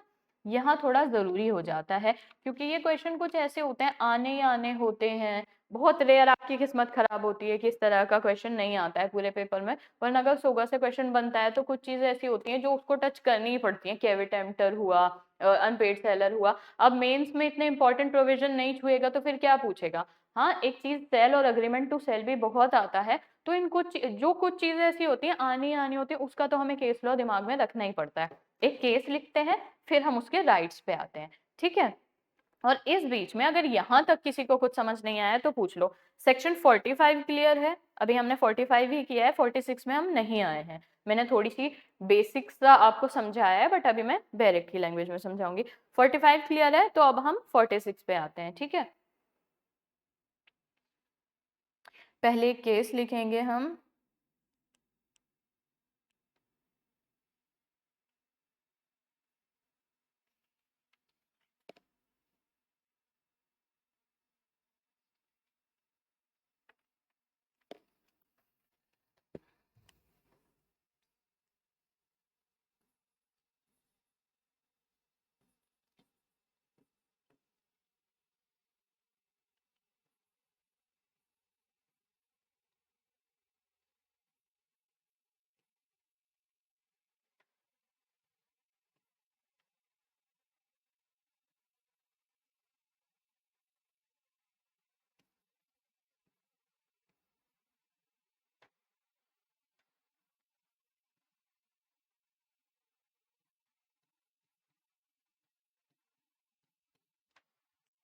केस का नाम लिखिए। क्या जतिन?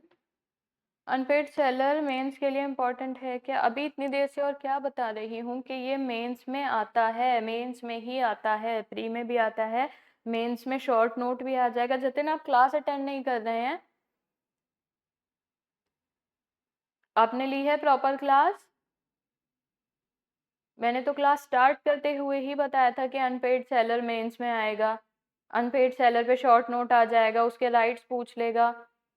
थोड़ा सा टेंशन पे कीजिए। ये तो मैंने अनपेड सेलर शुरू कराने से पहले, क्लास शुरू कराने से पहले बताया है।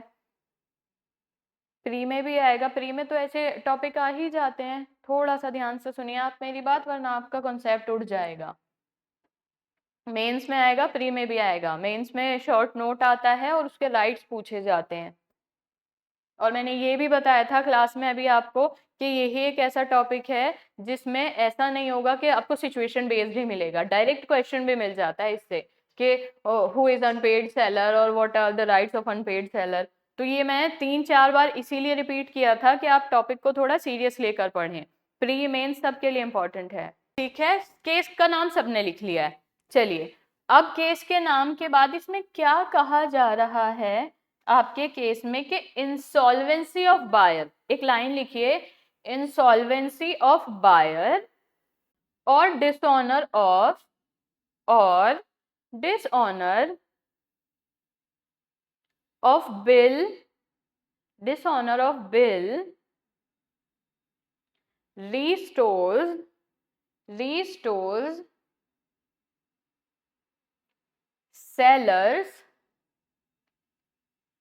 लियन, सेलर्स लियन। ठीक है, दोबारा लाइन रिपीट करती हूं, ध्यान से सुनिए। इंसॉल्वेंसी ऑफ बायर और डिसऑनर ऑफ बिल रीस्टोर्स सेलर्स लियन। क्या मतलब है इस बात से हमारा कि मान लीजिए एक सेल ठीक से चल रही थी, कोई दिक्कत नहीं थी। क्या हो रहा था ना कि ए पर्सन ने क्या किया था, ऑर्डर की थी कुछ बुक्स। ठीक है, उसने कुछ बुक्स ऑर्डर की थी और बी ने, ये सेलर हैं आपके, इन्होंने क्या किया, इसको डिलीवर करा दी। अब क्या हुआ, रास्ते में निकल गई डिलीवरी के लिए गुड्स, उस तक पहुंची नहीं है अभी, अभी ट्रांजिस्ट में, ट्रांजिशन में। ठीक है, बी के पास क्या आया, ए की तरफ से एक मान लीजिए चेक ही आया, एक चेक आया जो कि डिसऑनर हो गया। अभी तक सेलर के पास कोई राइट टू लियन नहीं था, अभी तक नहीं था।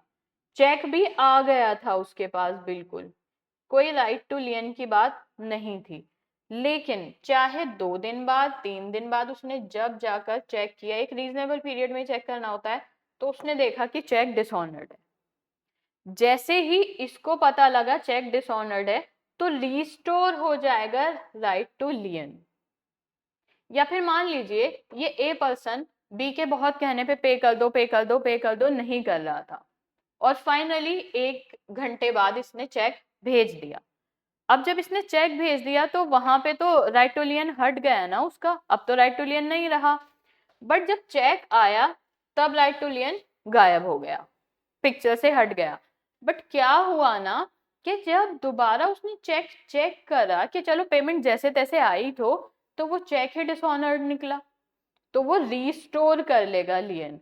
कहने का मतलब केस का ये है कि जब तक पेमेंट नहीं हो जाती उसको, आपने कोई ऐसा जेस्चर किया भी है जो पेमेंट दिखा रहा है, कि जैसे चेक भेजना, चेक भेजना अपने आप में एक जेस्चर है पेमेंट करने का।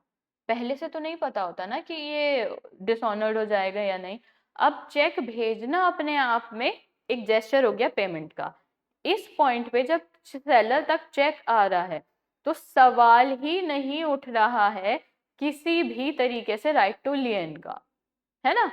लेकिन क्या हुआ, जैसे ही चेक को बैंक ले जाया गया तब पता लगा अचानक से कि भाई ये तो डिसऑनर हो रखा है। तब वहां पे राइट टू लियन जो सेलर का है वो रिस्टोर हो जाएगा। ऐसा नहीं है कि एक बार मिला था चला गया, जब तक पेमेंट नहीं होती तब तक उसका राइट टू लियन रिस्टोर होता रहेगा। मान लीजिए 90% पेमेंट कर दी, वो बैठा है 10% की उम्मीद में क्या आ जाएगी आ जाएगी आ जाएगी, एक रीजनेबल टाइम लैप्स हुआ और नहीं आती है पेमेंट, तो फिर से क्या रिस्टोर हो गया, राइट टू लियन। यहाँ तक क्लियर है हम लोग। अब हम आ जाएं इसके अनपेड सेलर के राइट्स पे। इसके राइट्स थोड़े अच्छे से करने पड़ेंगे क्योंकि आपको प्रॉपर आंसर लिख के आना पड़ेगा इसमें। सबसे पहले एक वर्ड समझते हैं लियन क्या है ना। इस ये वर्ड स्टैंड किस लिए कर रहा है, जो आगे हम राइट टू लियन पढ़ेंगे, है क्या, मीनिंग क्या है इसका। यहाँ पे इस एक्ट में, यहाँ पे इसके दो दो मीनिंग निकल कर आएंगे। आपके सेलर को जो ये राइट टू लियन दिया जा रहा है, आपके 46-47 में सेलर के पास जो ये राइट है, लियन 46 में भी है, 47 में तो इसकी डिटेल में बात करता है। तो ये लियन वर्ड एग्जिस्ट क्यों कर रहा है, क्या मतलब अपने अंदर लिए हुए है ये इस एक्ट में और इन सेक्शंस में। ठीक है, पहला है रिटेन द गुड्स। ठीक है, पहला क्या है, रिटेन द गुड्स, और दूसरा है रिफ्यूजिंग टू डिलीवर। दूसरा क्या है, रिफ्यूजिंग टू डिलीवर।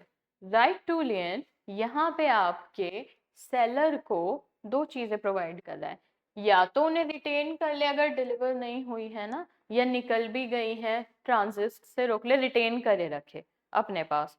और अगर अभी डिलीवर ही नहीं हुई है और पहले पेमेंट कुछ एडवांस पेमेंट होनी थी या पहले ही पूरी पेमेंट होनी थी और नहीं हुई पेमेंट, तो वो बिल्कुल ही मना कर सकता है, मैं नहीं डिलीवर कराऊंगा, मैं नहीं भेज रहा। पे फर्स्ट, या जो हाफ अमाउंट पहले आना था, जो एक एडवांस मनी पहले आनी थी, पे इट फर्स्ट, उसके बाद मैं आपको कराऊंगा। वो ये दोनों काम कर सकता है, बिल्कुल उन्हें रिटेन कर सकता है गुड्स को, और या फिर मना कर सकता है कि मैं नहीं डिलीवर कर रहा, जो एडवांस अमाउंट आना है वो पे करो। और कुछ चीज़ों में ऐसा होता है कि प्री पेमेंट करनी होती है, ऐसी सिचुएशन में भी वो बिल्कुल मना कर सकता है कि यहाँ पे बिल्कुल प्री पेमेंट होती है, आप पैसे दे दो मैं डिलीवर कर दूंगा। तो ये होता है लियन नॉर्मल टर्म्स में। ठीक है, इस एक्ट के लिए। अब देखते हैं एक्ट क्या कह रहा है हमारा इस बारे में। बेरेक पे ध्यान देंगे सब। पहला कहता है 46 में, हमने 46 को लेना, subject to the provision of this act of any law for the time being force. अब यहाँ पे क्या होगा, इस एक्ट में भी और अगर कहीं अनपेड सेलर की कहीं और किसी लॉ में भी बात चल रही है, notwithstanding that the property in the goods. अब यहाँ पे प्रॉपर्टी इन द गुड्स मतलब ओनरशिप। ठीक है, प्रॉपर्टी इन द गुड्स पूरे एक्ट में एक ही मीनिंग कंटेन करती है जिसका मतलब है ओनरशिप। ठीक है, may have pass to the buyer, किसको पास हो जाएगी, बायर को पास हो जाएगी।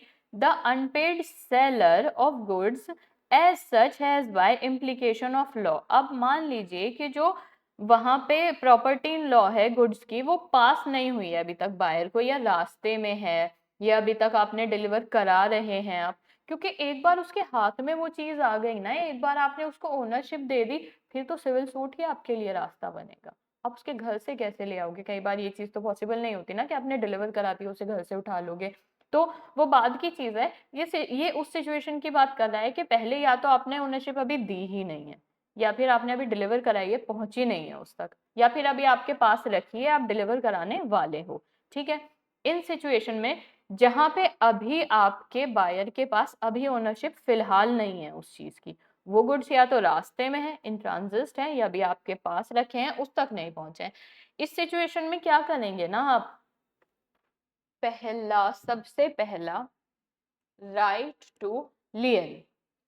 आपको पता है अगर आपके पास रखी हैं गुड्स, अभी तक नहीं पहुंची हैं, अभी तक आपने डिलीवर कराने के लिए उनको नहीं निकाला है, तो आप उन्हें क्या करेंगे, रिफ्यूज टू डिलीवर कर लेंगे या रिटेन कर लेंगे। यही है लियन। अभी हमने देखा है अगर अभी तक गुड्स आपके पास रखी हैं तो या तो आप बिल्कुल रिफ्यूज कर देंगे डिलीवर करने के लिए, आप उससे कहेंगे मैं नहीं डिलीवर कराऊंगा, पे मी फॉर द गुड्स, और फिर उसके बाद आप डिलीवरी ले लें। पहला पॉइंट तो ये है।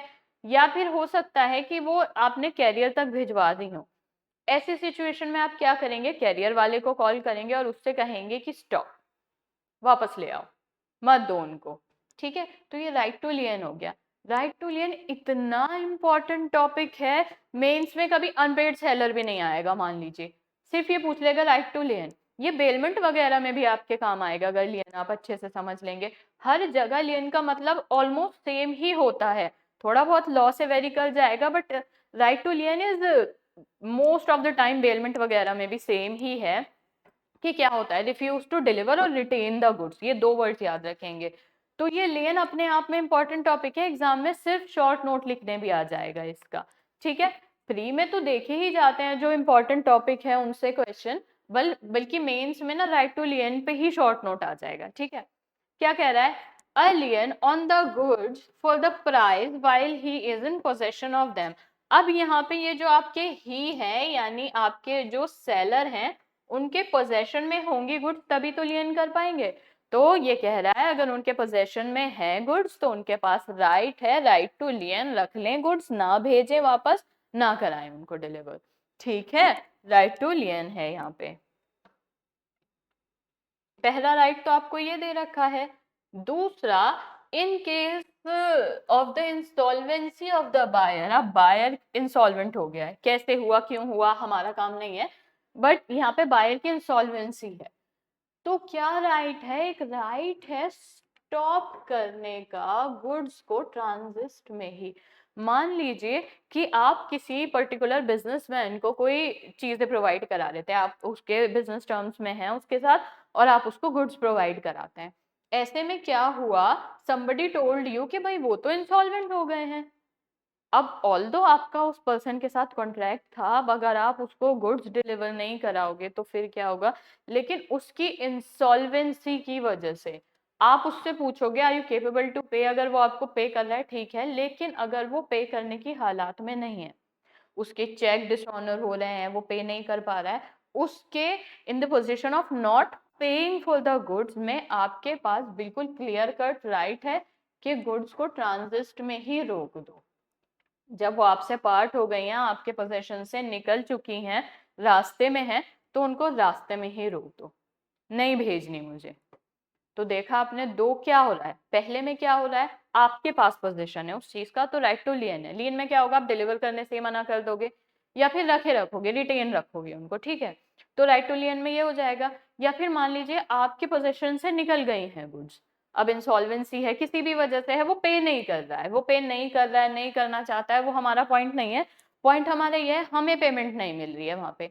तो अगर हमें पेमेंट नहीं मिल रही है और मेरे हाथ से पोजेशन निकल भी चुका है, still I am having a right कि मैं उनको रोक दूंगी रास्ते में, मैं नहीं पहुंचाऊंगी। अब मान लीजिए कि ये सब तो हो गया, अब गुड्स मेरे पास आ गई, चाहे दोनों में से किसी भी तरीके से आए। अब मेरे पास गुड्स एक लंबे समय से रखी हैं, वो ना तो पे ही कर रहा है और मुझे दिख रहा है कि वो पे कर भी नहीं पाएगा। एक थोड़ा टाइम बीता और बीता, मैंने बहुत टाइम इंतजार किया एंड फाइनली कभी तो मैं इस जगह पर आऊंगी ना कि मुझे लगेगा कि अब मुझे इन्हें बेच देना चाहिए दोबारा। पूरी लाइफ तो कोई सेलर किसी चीज को होल्ड नहीं कर सकता ना, वो रीसेल करेगा। एक लिमिट दी गई है इस एक्ट में, वो आगे के सेक्शन में क्लियर की जाएगी। कि एक लिमिटेड टाइम आप इंतजार करेंगे। ऐसा नहीं है कि आज ही इंसॉल्वेंट हुआ है आपने कल ही ले जाके भेज दी, हो सकता है वो पे कर देता आपको इसके लिए, ऐसा नहीं होगा। एक लिमिटेड टाइम के बाद जो आपको इस एक्ट में एक लिमिट दी गई है कि हाँ भाई इतना इंतजार करो, और इतना इंतजार मतलब अगर नहीं भी कुछ ऐसा प्रोवाइड किया गया है तो एक रीजनेबल टाइम इंतजार करो, and then you can resell it. All right, अब मुझे बताइए यहां तक हम लोग क्लियर हैं? फिर क्लॉज 2 पे आएंगे और कुछ और चीजें देखेंगे। यहां तक हम लोग क्लियर हैं? किसी को कोई इशू है? और अगर आप चाहते हैं कि मैं इन दोनों क्लॉजेस के एक दो इलस्ट्रेशन और दे दूं आपको, क्योंकि डायरेक्ट में नहीं है और आपको आपके आंसर को इलस्ट्रेट करके आना पड़ेगा, तो मैं अभी आपको इलस्ट्रेशंस दे दूंगी। आप मुझे बता दीजिए बस एक बार, इलस्ट्रेशन दूं? क्योंकि राइट टू लियन पे भी आपको करना पड़ेगा, सेकेंड इंसॉल्वेंसी पे भी, अनपेड सेलर पे भी। मैं एक बार आपको पूरा इलस्ट्रेट करके और समझा देती हूँ। आप मुझे एक बारी खुद से बता दीजिए, क्योंकि ये एक इम्पॉर्टेंट टॉपिक है, समझ आ गया है, बहुत अच्छी बात है। कुछ पूछना है, कोई डाउट है तो आप लोग जल्दी जल्दी पूछ लीजिए, फिर हम आगे आते हैं। अनपेड सेलर के राइट बहुत इंपॉर्टेंट है, मेंस में आएगा, क्वेश्चन आएगा, प्री में भी पूछ लेता है। रीसेल एक्सप्लेन कर दूं? रीसेल ऐसा होगा, चलिए एक एग्जांपल देखते हैं। चलो देखो, सबसे पहले पहले वाला लीन करते हैं, फिर रीसेल पे आएंगे, है ना। इलस्ट्रेशन ए वाला, ए पॉइंट क्या कहता है आपका कि a lien on the goods for the price while he is in possession of them. यानी मैं कौन हूं? सेलर, ठीक है। अभी मेरे पोजेशन में है मेरी गुड, अभी मेरे पोजेशन में है मेरी गुड्स, ठीक है, अभी तक मेरे पोजेशन में है, और मैंने बी पर्सन को ये बेची थी, सेल की थी। ये जो आपके बाय, क्या सेल हो रहा है यहाँ पे? फोन सेल हो रहा है एक। मैं सेलर हूं, अभी मेरी ही पोजेशन में है ये फोन, ठीक है, और मैं किसको बेचना चाहती हूँ? बी को, क्योंकि ये आए थे मुझसे खरीदने और अभी तक फोन मेरे पोजेशन में है। मैंने इनसे कहा कि आपका जो फोन है ये अराउंड 1 ना लिखते हैं, चलिए मान लीजिए 10K का है, सस्ता फोन है ना। तो हमने इनसे कहा कि एक 10K है, तो आपके हमारे कॉन्ट्रैक्ट में ऐसा था कि इनको ना फोन के लिए पे करना पड़ेगा और मैं डिलीवर करा दूंगी। जनरली ऐसी होता है, और इतनी एक्सपेंसिव चीजों में तो ऐसी होता है, ऐसा नहीं है कि कॉन्ट्रैक्ट होने के बाद ये चीज होगी। तो यहाँ पे बायर ने कहा मुझसे कि 2 दिन बाद मैं आपको पे कर दूंगा। क्या कहा इन्होंने मुझसे? 2 दिन बाद। अब ये जो 2 दिन थे ये भी बीत गए। अब इतने ये 2 दिन बीत रहे हैं ना, इन 2 दिनों में जबकि मोबाइल फोन मेरे पोजेशन में है, तो यहाँ पे जब तक ये 2 दिन बीत रहे हैं और पैसे नहीं आ रहे हैं, तब तक मैं लियन करे रखूंगी। लियन मतलब या तो इसको अपने पोजेशन में रखूंगी, रिटेन रखूंगी, या इनको डिलीवर करने से मना भी कर सकती हूँ। मैं कहूंगी 2 दिन कह रहे हैं ना आप, 2 दिन के लिए फोन मेरे पास रहेगा और मैं आपको तब डिलीवर करूंगी जब आप पैसे पे कर देंगे। ये एक एग्जांपल हुआ लियन का। या तो मैं रिफ्यूज ही कर रही हूँ कि भाई नहीं मैं नहीं डिलीवर कर रही, या फिर मैं रिटेन कर रही हूँ, मैंने पहले निकलवा दिया था डिलीवरी के लिए, मैंने उस पर्सन को रुकवा दिया कि नहीं भाई अभी मत जाओ, पैसे नहीं आए हैं। 2 दिन बोला है ना आपने, 2 दिन ये मेरे ही पोजेशन में रहेगा फोन, मैं पोजेशन ट्रांसफर ही नहीं कर रही हूँ। तो ये राइट टू लियन एक्सरसाइज कर रही हूँ मैं अपना, क्योंकि इन्होंने मुझसे 2 दिन मांगे हैं। अब मान लीजिए 2 दिन बीत गए और टाइम ऐसा हुआ कि एक हफ्ता बीत गया, 2 दिन की जगह 1 हफ्ता बीत गया, मैंने फिर पैसे मांगे, फिर इन्होंने नहीं दिए, फिर इन्होंने भेजा मुझे एक चेक। अब हम आ रहे हैं पॉइंट बी पे, सेम इलस्ट्रेशन में। जब मैंने इन्हें फोन किया, मैंने कहा आपको फोन चाहिए या नहीं, 1 हफ्ता बीत गया है, 2 दिन कहा था, तो ये पर्सन क्या करते हैं, ये भेजते हैं मुझे एक चेक। मैंने सोचा चलो ठीक है, बढ़िया बात है। अब जो यहाँ पे मैंने लियन एक्सरसाइज किया था, मैंने अपने डिलीवरी पर्सन से कहा ले जाओ। अब डिलीवरी पर्सन मेरा रास्ते में था, तो जब वो रास्ते में था तब मुझे पता चला कि ये तो डिसऑनर हो गया है चेक। फिर मैंने इसे दोबारा कॉल की, मैंने इससे यही कहा कि वहीं रुक जाओ, मत देकर आओ उसको। यहाँ पे मैंने क्या करा, मैंने अपना लियन रिस्टोर किया ना, पहले तो मैंने फिर निकलवा दिया था डिलीवरी के लिए, लेकिन जब उनका एक डॉक्यूमेंट डिसऑनर हुआ, मोड ऑफ पेमेंट जो उनका था, तो मैंने यहाँ पे अपना लियन रिस्टोर कर लिया। मैंने कहा मत देकर आओ फोन, रिस्टोर भी समझ में आया, चेक डिसऑनर भी। अब क्या हुआ कि ये एक वीक जो था ना, ये बन गया 1 साल। 1 साल हो गया है, एक फोन को लेके 10,000 का फोन था, 2 दिन कह रहे हैं, 1 हफ्ता कह रहे हैं, धीरे धीरे 1 साल हो गया। चेक भेजते हैं, पहले तो पैसे ही नहीं देते, फिर चेक भेजते हैं तो डिसऑनर हो जाता है, मुझे फिर अपना लियन इस्तेमाल करना पड़ता है। अभी भी मेरे पोजेशन में हो गया और मुझे देखते देखते 1 साल हो गया। अब ध्यान देना जतिन, आपका जो था क्वेश्चन, अब जब 1 साल हो गया है तो क्या एक रीजनेबल पीरियड नहीं है? पूरी लाइफ तो मैं इनका वेट नहीं करूंगी ना कि अब भेजेंगे अब भेजेंगे, पूरी लाइफ नहीं हो सकता सेल के अंदर। तो 1 साल एक रीजनेबल पीरियड है, अब आप भेजो या नहीं भेजो, मुझे आपसे डील ही नहीं करना। आप बायर नहीं है, मैं सेलर नहीं हूं, आपसे पे नहीं किया जा रहा, मैं अपना फोन किसी और को भेज दूंगा। ठीक है, ये होती है रीसेल। ठीक है, अब बताइए, यहाँ एक ही इलस्ट्रेशन में मैंने आपको ए बी सी तीनों क्लियर करा दिए। अब मुझे बताइए कोई ऐसा है जिसको अनपेड सेलर या उसके राइट्स ना समझ आए हो? Please just let me know, और उसके बाद हम लोग आगे चलते हैं। चलिए बताइए, यहाँ तक क्लियर है हम लोग? पूरा प्रॉपर एग्जाम्पल आपको समझ आ रहा है, कैसे सेल हो रही है, कैसे वहां पे वो जो पर्सन है वो उस चीज को पे नहीं करते हैं, और पे नहीं करते हैं तो किस तरीके से इसके कॉन्सिक्वेंसेज हैं। In addition 46 second para, okay. चलिए ये देखते हैं क्या कह रहा है, बैरेक की लैंग्वेज देखेंगे हम लोग। क्या कहता है, where the property in goods has not pass to the buyer. अब यहाँ पे बात कर रहे हैं ओनरशिप की, यानी जो ओनरशिप है आपकी, क्या कह रहा है, where the property in goods has not pass to the buyer. अभी बायर के पास वो नहीं गई है जो ओनरशिप है, ठीक है। तो अनपेड सेलर के पास क्या राइट है? अब सबसे पहला इंपॉर्टेंट चीज है, अगर ओनरशिप ही चली जाती है तो राइट टू लियन का मतलब नहीं रह जाएगा ना, आप उस चीज को उसके घर से जाकर नहीं ला सकते हैं। सबसे इंपॉर्टेंट यहाँ पे यही समझने के लिए है, जब property in goods has not pass the buyer the unpaid seller in addition to his other remedies, यानी बाकी रेमेडीज लियन भी है और भी जो हमने पढ़ी, वो सारी रेमेडीज के अलावा उसके पास एक और राइट है, right to with holding delivery similar to and coextensive with his right of lien and stoppage in instances where the property has passed to the buyer। अब इसके कहने का मतलब है, पहली चीज कि अभी उस तक पोजेशन नहीं पहुंचा है, where the property in goods has not passed to the buyer। यहाँ तक हम लोग क्लियर हैं।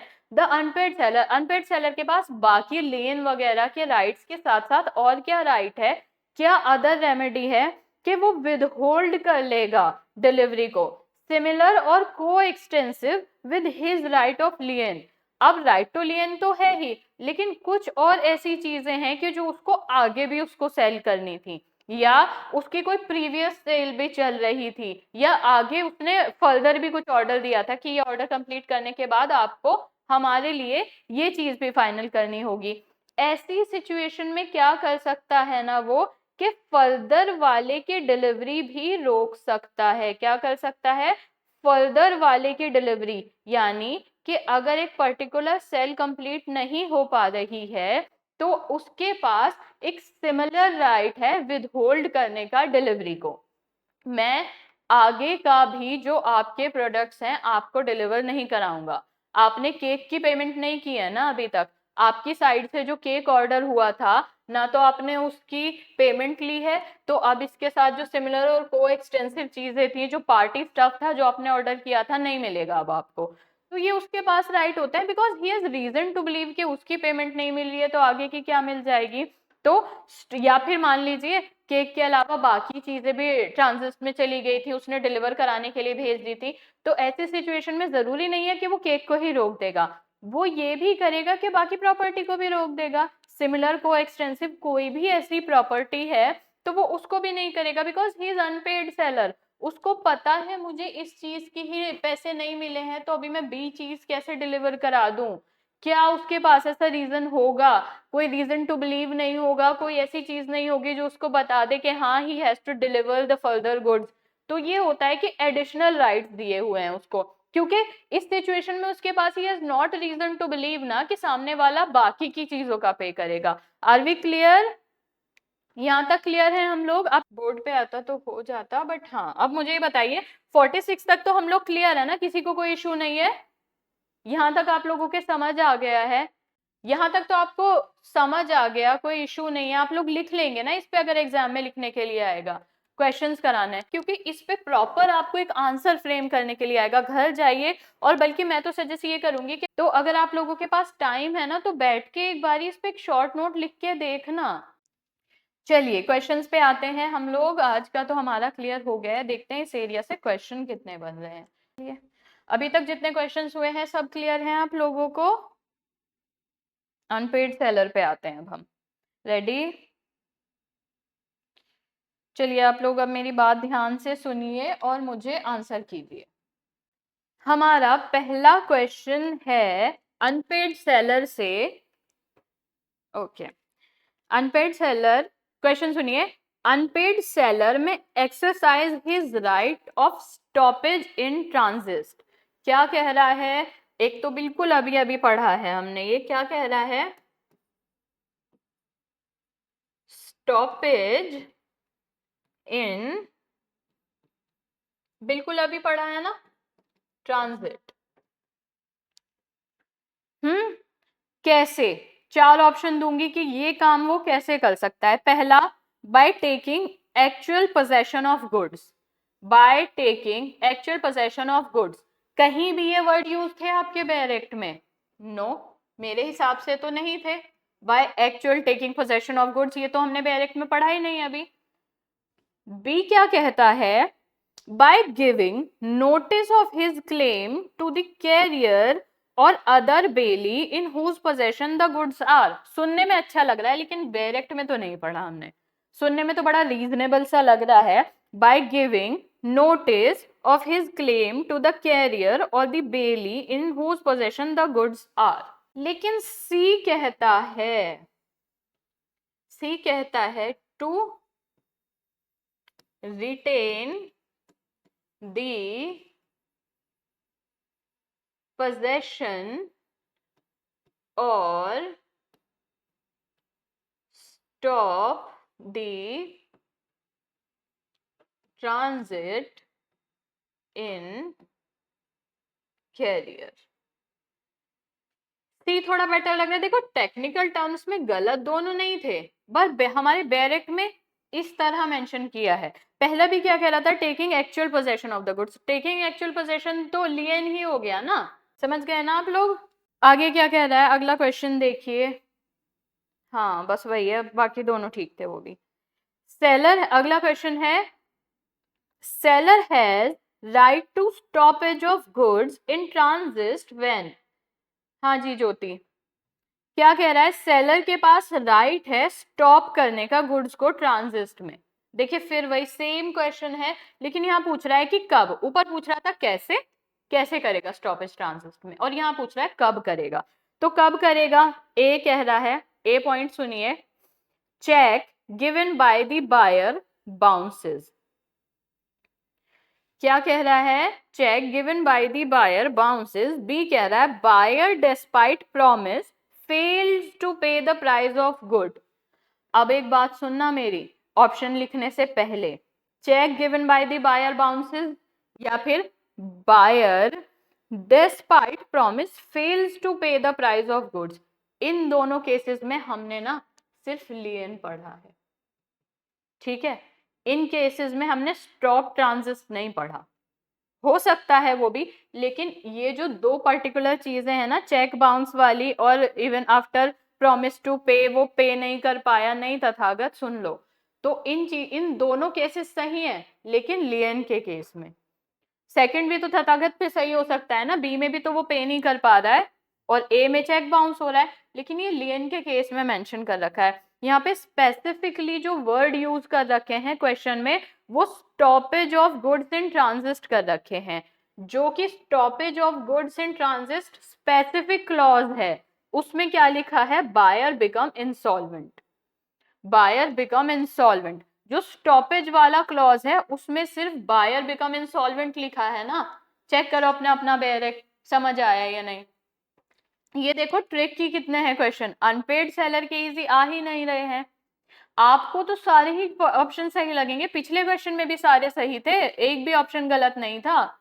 समझे तथागत? एक बार और समझाती हूँ। देखो जो पहला ऑप्शन है ना चेक बाउंस वाला, और जो दूसरा ऑप्शन है कि प्रॉमिस करने के बाद भी वो पे नहीं कर पाया, पैसा तो दोनों केस में नहीं मिला सेलर को, सेलर तो इन दोनों केस में भी अनपेड रह गया है। इन ऊपर के दोनों केस में भी अनपेड होने के बाद उसके पास लियन का राइट होता है ना। ऊपर वाले आप क्या करोगे, क्वेश्चन पढ़ोगे आपको समझ आएगा, ऑप्शन ए बी दोनों में भी तो अनपेड ही रह गया, पैसे थोड़ी मिल गए, तो लियन है वहां पे। स्टॉपेज इन ट्रांजिट ये एक अलग क्लॉज प्रोवाइड कर रखा है, उसमें साफ साफ बता रखा है कि बायर इंसॉल्वेंट हो रहा है जब, ठीक है, बायर क्या हो रहा है आपका, इंसॉल्वेंट हो रहा है, ठीक है। यहां तक क्लियर है आप लोग? इस क्वेश्चन में किसी को डाउट, ये थोड़ा अजीब था, बताइए। यहां तक तो किसी को डाउट नहीं है ना, ये क्वेश्चन थोड़ा अजीब था, प्लीज बताइए, क्लियर है, आगे पूछूं? देखिए आपने जो सेक्शन पढ़ा है ना, या जो आप आगे के डिटेल सेक्शन पढ़ेंगी, उसमें अगर चेक बाउंस है या फिर अगर वो पे नहीं कर पा रहा है विलिंग होने के बाद भी, उसमें पैसे ही नहीं है, तो इन दोनों केसेस में हमने लियन पढ़ा है। जो आपका सेलर है दोनों में अनपेड ही है, सेलर को पैसे नहीं मिल रहे हैं, मान लो वो पे करना चाहता है और फिर भी नहीं कर पा रहा है, तो उस सिचुएशन को मत देखो, चेक दिया बाउंस हो गया, डिसऑनर हो गया, दोनों सिचुएशन में आपके सेलर को तो नहीं पैसे मिले ना, वो बेचारा तो अनपेड ही रह गया। लेकिन चेक बाउंस की सिचुएशन में या विलिंग होते हुए पे ना कर पाने की सिचुएशन में हमारे पास राइट टू लियन हो जाता है। लेकिन जो स्टॉपेज वाला पॉइंट है ना, स्टॉपेज वाला पॉइंट कहाँ आता है, ये स्टॉपेज वाला पॉइंट आ रहा है इंसॉल्वेंसी में, ये दो वर्ड एक साथ याद रख लेना, इंसॉल्वेंट, इंसॉल्वेंट, स्टॉपेज। गुड्स को ट्रांजिट में ही रोका जा रहा है जब आपका बायर इंसॉल्वेंट हो गया है। मैंने भी समझाया था ना कि एक बिजनेसमैन है, उनके साथ डील हो रही है, उनके साथ अच्छा बिजनेस चलता है, मैंने गुड्स भिजवा दी, डिलीवर करा दी, मुझे न्यूज मिली कि वो बिजनेसमैन तो अब इंसॉल्वेंट हो चुके हैं, तो वो जो मैंने गुड्स भेजी थी उनको मैंने रोक दिया। वो स्पेसिफिक क्लॉज अभी आपको समझा के हटी हूं ना मैं, ये वहां से क्वेश्चन है। अब खुद देखो क्वेश्चन कंफ्यूजिंग कितना है, आप पारुल अब क्लियर हो? ठीक है, तो ये होता है कि पर्टिकुलर चीज कहाँ एग्जिस्ट कर रही है, बस आपको थोड़ा सा उसका ध्यान रखना है। अगला क्वेश्चन, चलिए क्वेश्चन थर्ड सुनिए आप लोग, इसमें ये कह रहा है according to the provision, according to the provisions sale of goods act notwithstanding, आप लोग क्लॉज पहचानने की कोशिश करना है ना, और हमेशा किया करो। देखो अनपेड सेलर के सभी उसमें आपको क्लॉजेस पता हो, ये वाला जो अभी था ये भी आपके प्रीवियस से ही है ना। तो ये कह रहा है not with standing that the goods में हैव पास्ड, गुड में हैव पास्ड, शायद हो सकता है पास हो गई हो बायर को, the unpaid seller of the goods, अब शायद मान लीजिए कि गुड्स पास हुई है नहीं हुई है वहां नहीं आ रहा है, वो इस चीज पे जा नहीं रहे हैं, उन्होंने इस चीज को देखा ही नहीं, तो क्या क्या राइट हो सकते हैं, पहला a lien of the goods for the price while he is in possession, अगर पोजेशन में है, अब वहां ऊपर क्वेश्चन में मे वर्ड है, हो गई हो नहीं हुई हो, तो पहला वो कह रहा है कि लियन कर लेंगे वो ऐसे सिचुएशन में अगर वो अनपेड सेलर है। दूसरा कह रहा है कि अगर इंसॉल्वेंट हो गए हैं बायर तो वो स्टॉप कर देंगे ट्रांजिट में, ओके। तीसरा कह रहा है कि रीसेल कर देंगे एक लिमिट पार होने के बाद, एक लिमिट लैप्स होने के बाद, तो तीनों सही है, ऑल ऑफ द अबव या कोई एक स्पेसिफिक? पहला लियन, दूसरा स्टॉप कर देंगे ट्रांजिस्ट में अगर इंसॉल्वेंट हो गया है बायर, तीसरा रीसेल है एक लिमिटेड टाइम लैप्स होने के बाद। Answer all of the above है यानी डी है या कोई एक स्पेसिफिक पॉइंट है? Just let me know. ठीक है, बिल्कुल समझ आ गया। देखो ये तो फिर भी इजी था, है ना। अगला देखें। चलिए, अगला क्वेश्चन आपका है, ये पूछ रहा है कि under chapter 5 of the Sales of Goods Act, the term seller includes. Under Chapter 5 of Sales of Goods Act, seller includes A. Seller's agent, B. Unpaid sellers, C. Buyer, D. None of the above. बताइए, A. Seller's agent, B. Unpaid sellers, C. Buyer, D. None of the above. बहुत पिटाई करूंगी अगर किसी ने B लिखा तो। Section नहीं पढ़ा हमने स्पेसिफिक 45 में सेकंड क्लॉज कि seller include sellers authorised agent. Unpaid तो वो बनता है सरकमस्टांस की वजह से, इंक्लूड किसको कर रहा है? अनपेड तो वो अपने आप तब हो जाएगा जब उसको पैसे नहीं मिल रहे होंगे। वो तो एक, ये आपको कंफ्यूज करने के लिए बी ऑप्शन दे रखा है। पारुल आप मेरी बात सुनिए कि अगर उसको पैसे नहीं मिलेंगे किसी भी वजह से तो अनपेड तो वो खुद हो जाएगा, बात वो है ही नहीं। ये कह रहा है कि चैप्टर 5 सेलर को इंक्लूड कौन करता है? सेलर कौन है? अच्छा, अगर उसको पैसे दिए जा रहे हैं तो वो सेलर नहीं रहेगा, अनपेड मतलब फिर वो सेलर की कैटेगरी से निकल जाएगा? नो, अनपेड तो वो बन रहा है ना सरकमस्टांस की वजह से। देखो कितने चालाक हैं एग्जाम वाले, बी ऑप्शन डाल रखा है, सेलर के एजेंट को इंक्लूड किया जाता है सेलर में, 45 का क्लॉज सेकंड, है ना। ओके, अगला क्वेश्चन, और इसका आंसर सभी सही देना please. Which of the following rights of unpaid seller can be exercised only when buyer become insolvent? Buyer के इंसॉल्वेंट होने पे कौन सा ऐसा राइट है जो एक्सरसाइज होगा? Right to lien, resale, right to stop in transit. Insolvent होने पे क्या होगा? Lien, resale, stop in transit, A B C. A B C insolvent होने पे, very good, C stop in transit. क्यों बी भाई, बी क्यों? रीसेल क्यों? अभी मैंने इतना यहाँ पे भी अभी लिख रखा है, स्टॉप इन ट्रांजिस्ट इंसॉल्वेंसी पे आएगा। कैसे जतिन बी? अभी तो बोर्ड पे भी भी नहीं रेज हुआ, स्टॉप करोगे इंसॉल्वेंसी में, बी कैसे? क्लियर हो सब? स्टॉप करोगे ट्रांजेक्शन को इंसॉल्वेंसी के हालत में। क्लियर? नहीं, आपने बी लिखा, B option was right to resell. अब मुझे बताइए, आज के क्वेश्चन और बाकी सभी चीजों में हम क्लियर हैं? अब बाकी के क्वेश्चन हम कल करेंगे क्योंकि अभी थोड़े से राइट डिटेल में आगे के सेक्शन बचते हैं, वो थोड़े टफ हैं। अच्छा कोई बात नहीं जतिन, चलिए आप लोग मुझे बताइए, अब किसी का कोई सवाल है किसी भी चीज को लेकर? अभी तक जितना पढ़ा उसको लेकर, आज कल शायद सर आ गए हैं, आज आ गए हैं तो आज वो आपको नोट्स दे देंगे। बाकी बताइए, इसके अलावा कोई क्वेश्चन, कोई चीज समझ नहीं आ रही है? All clear, okay, all right, कुछ पूछना तो नहीं है? चलिए फिर, थैंक यू सो मच। कल अपना टॉपिक कंटिन्यू करते हैं।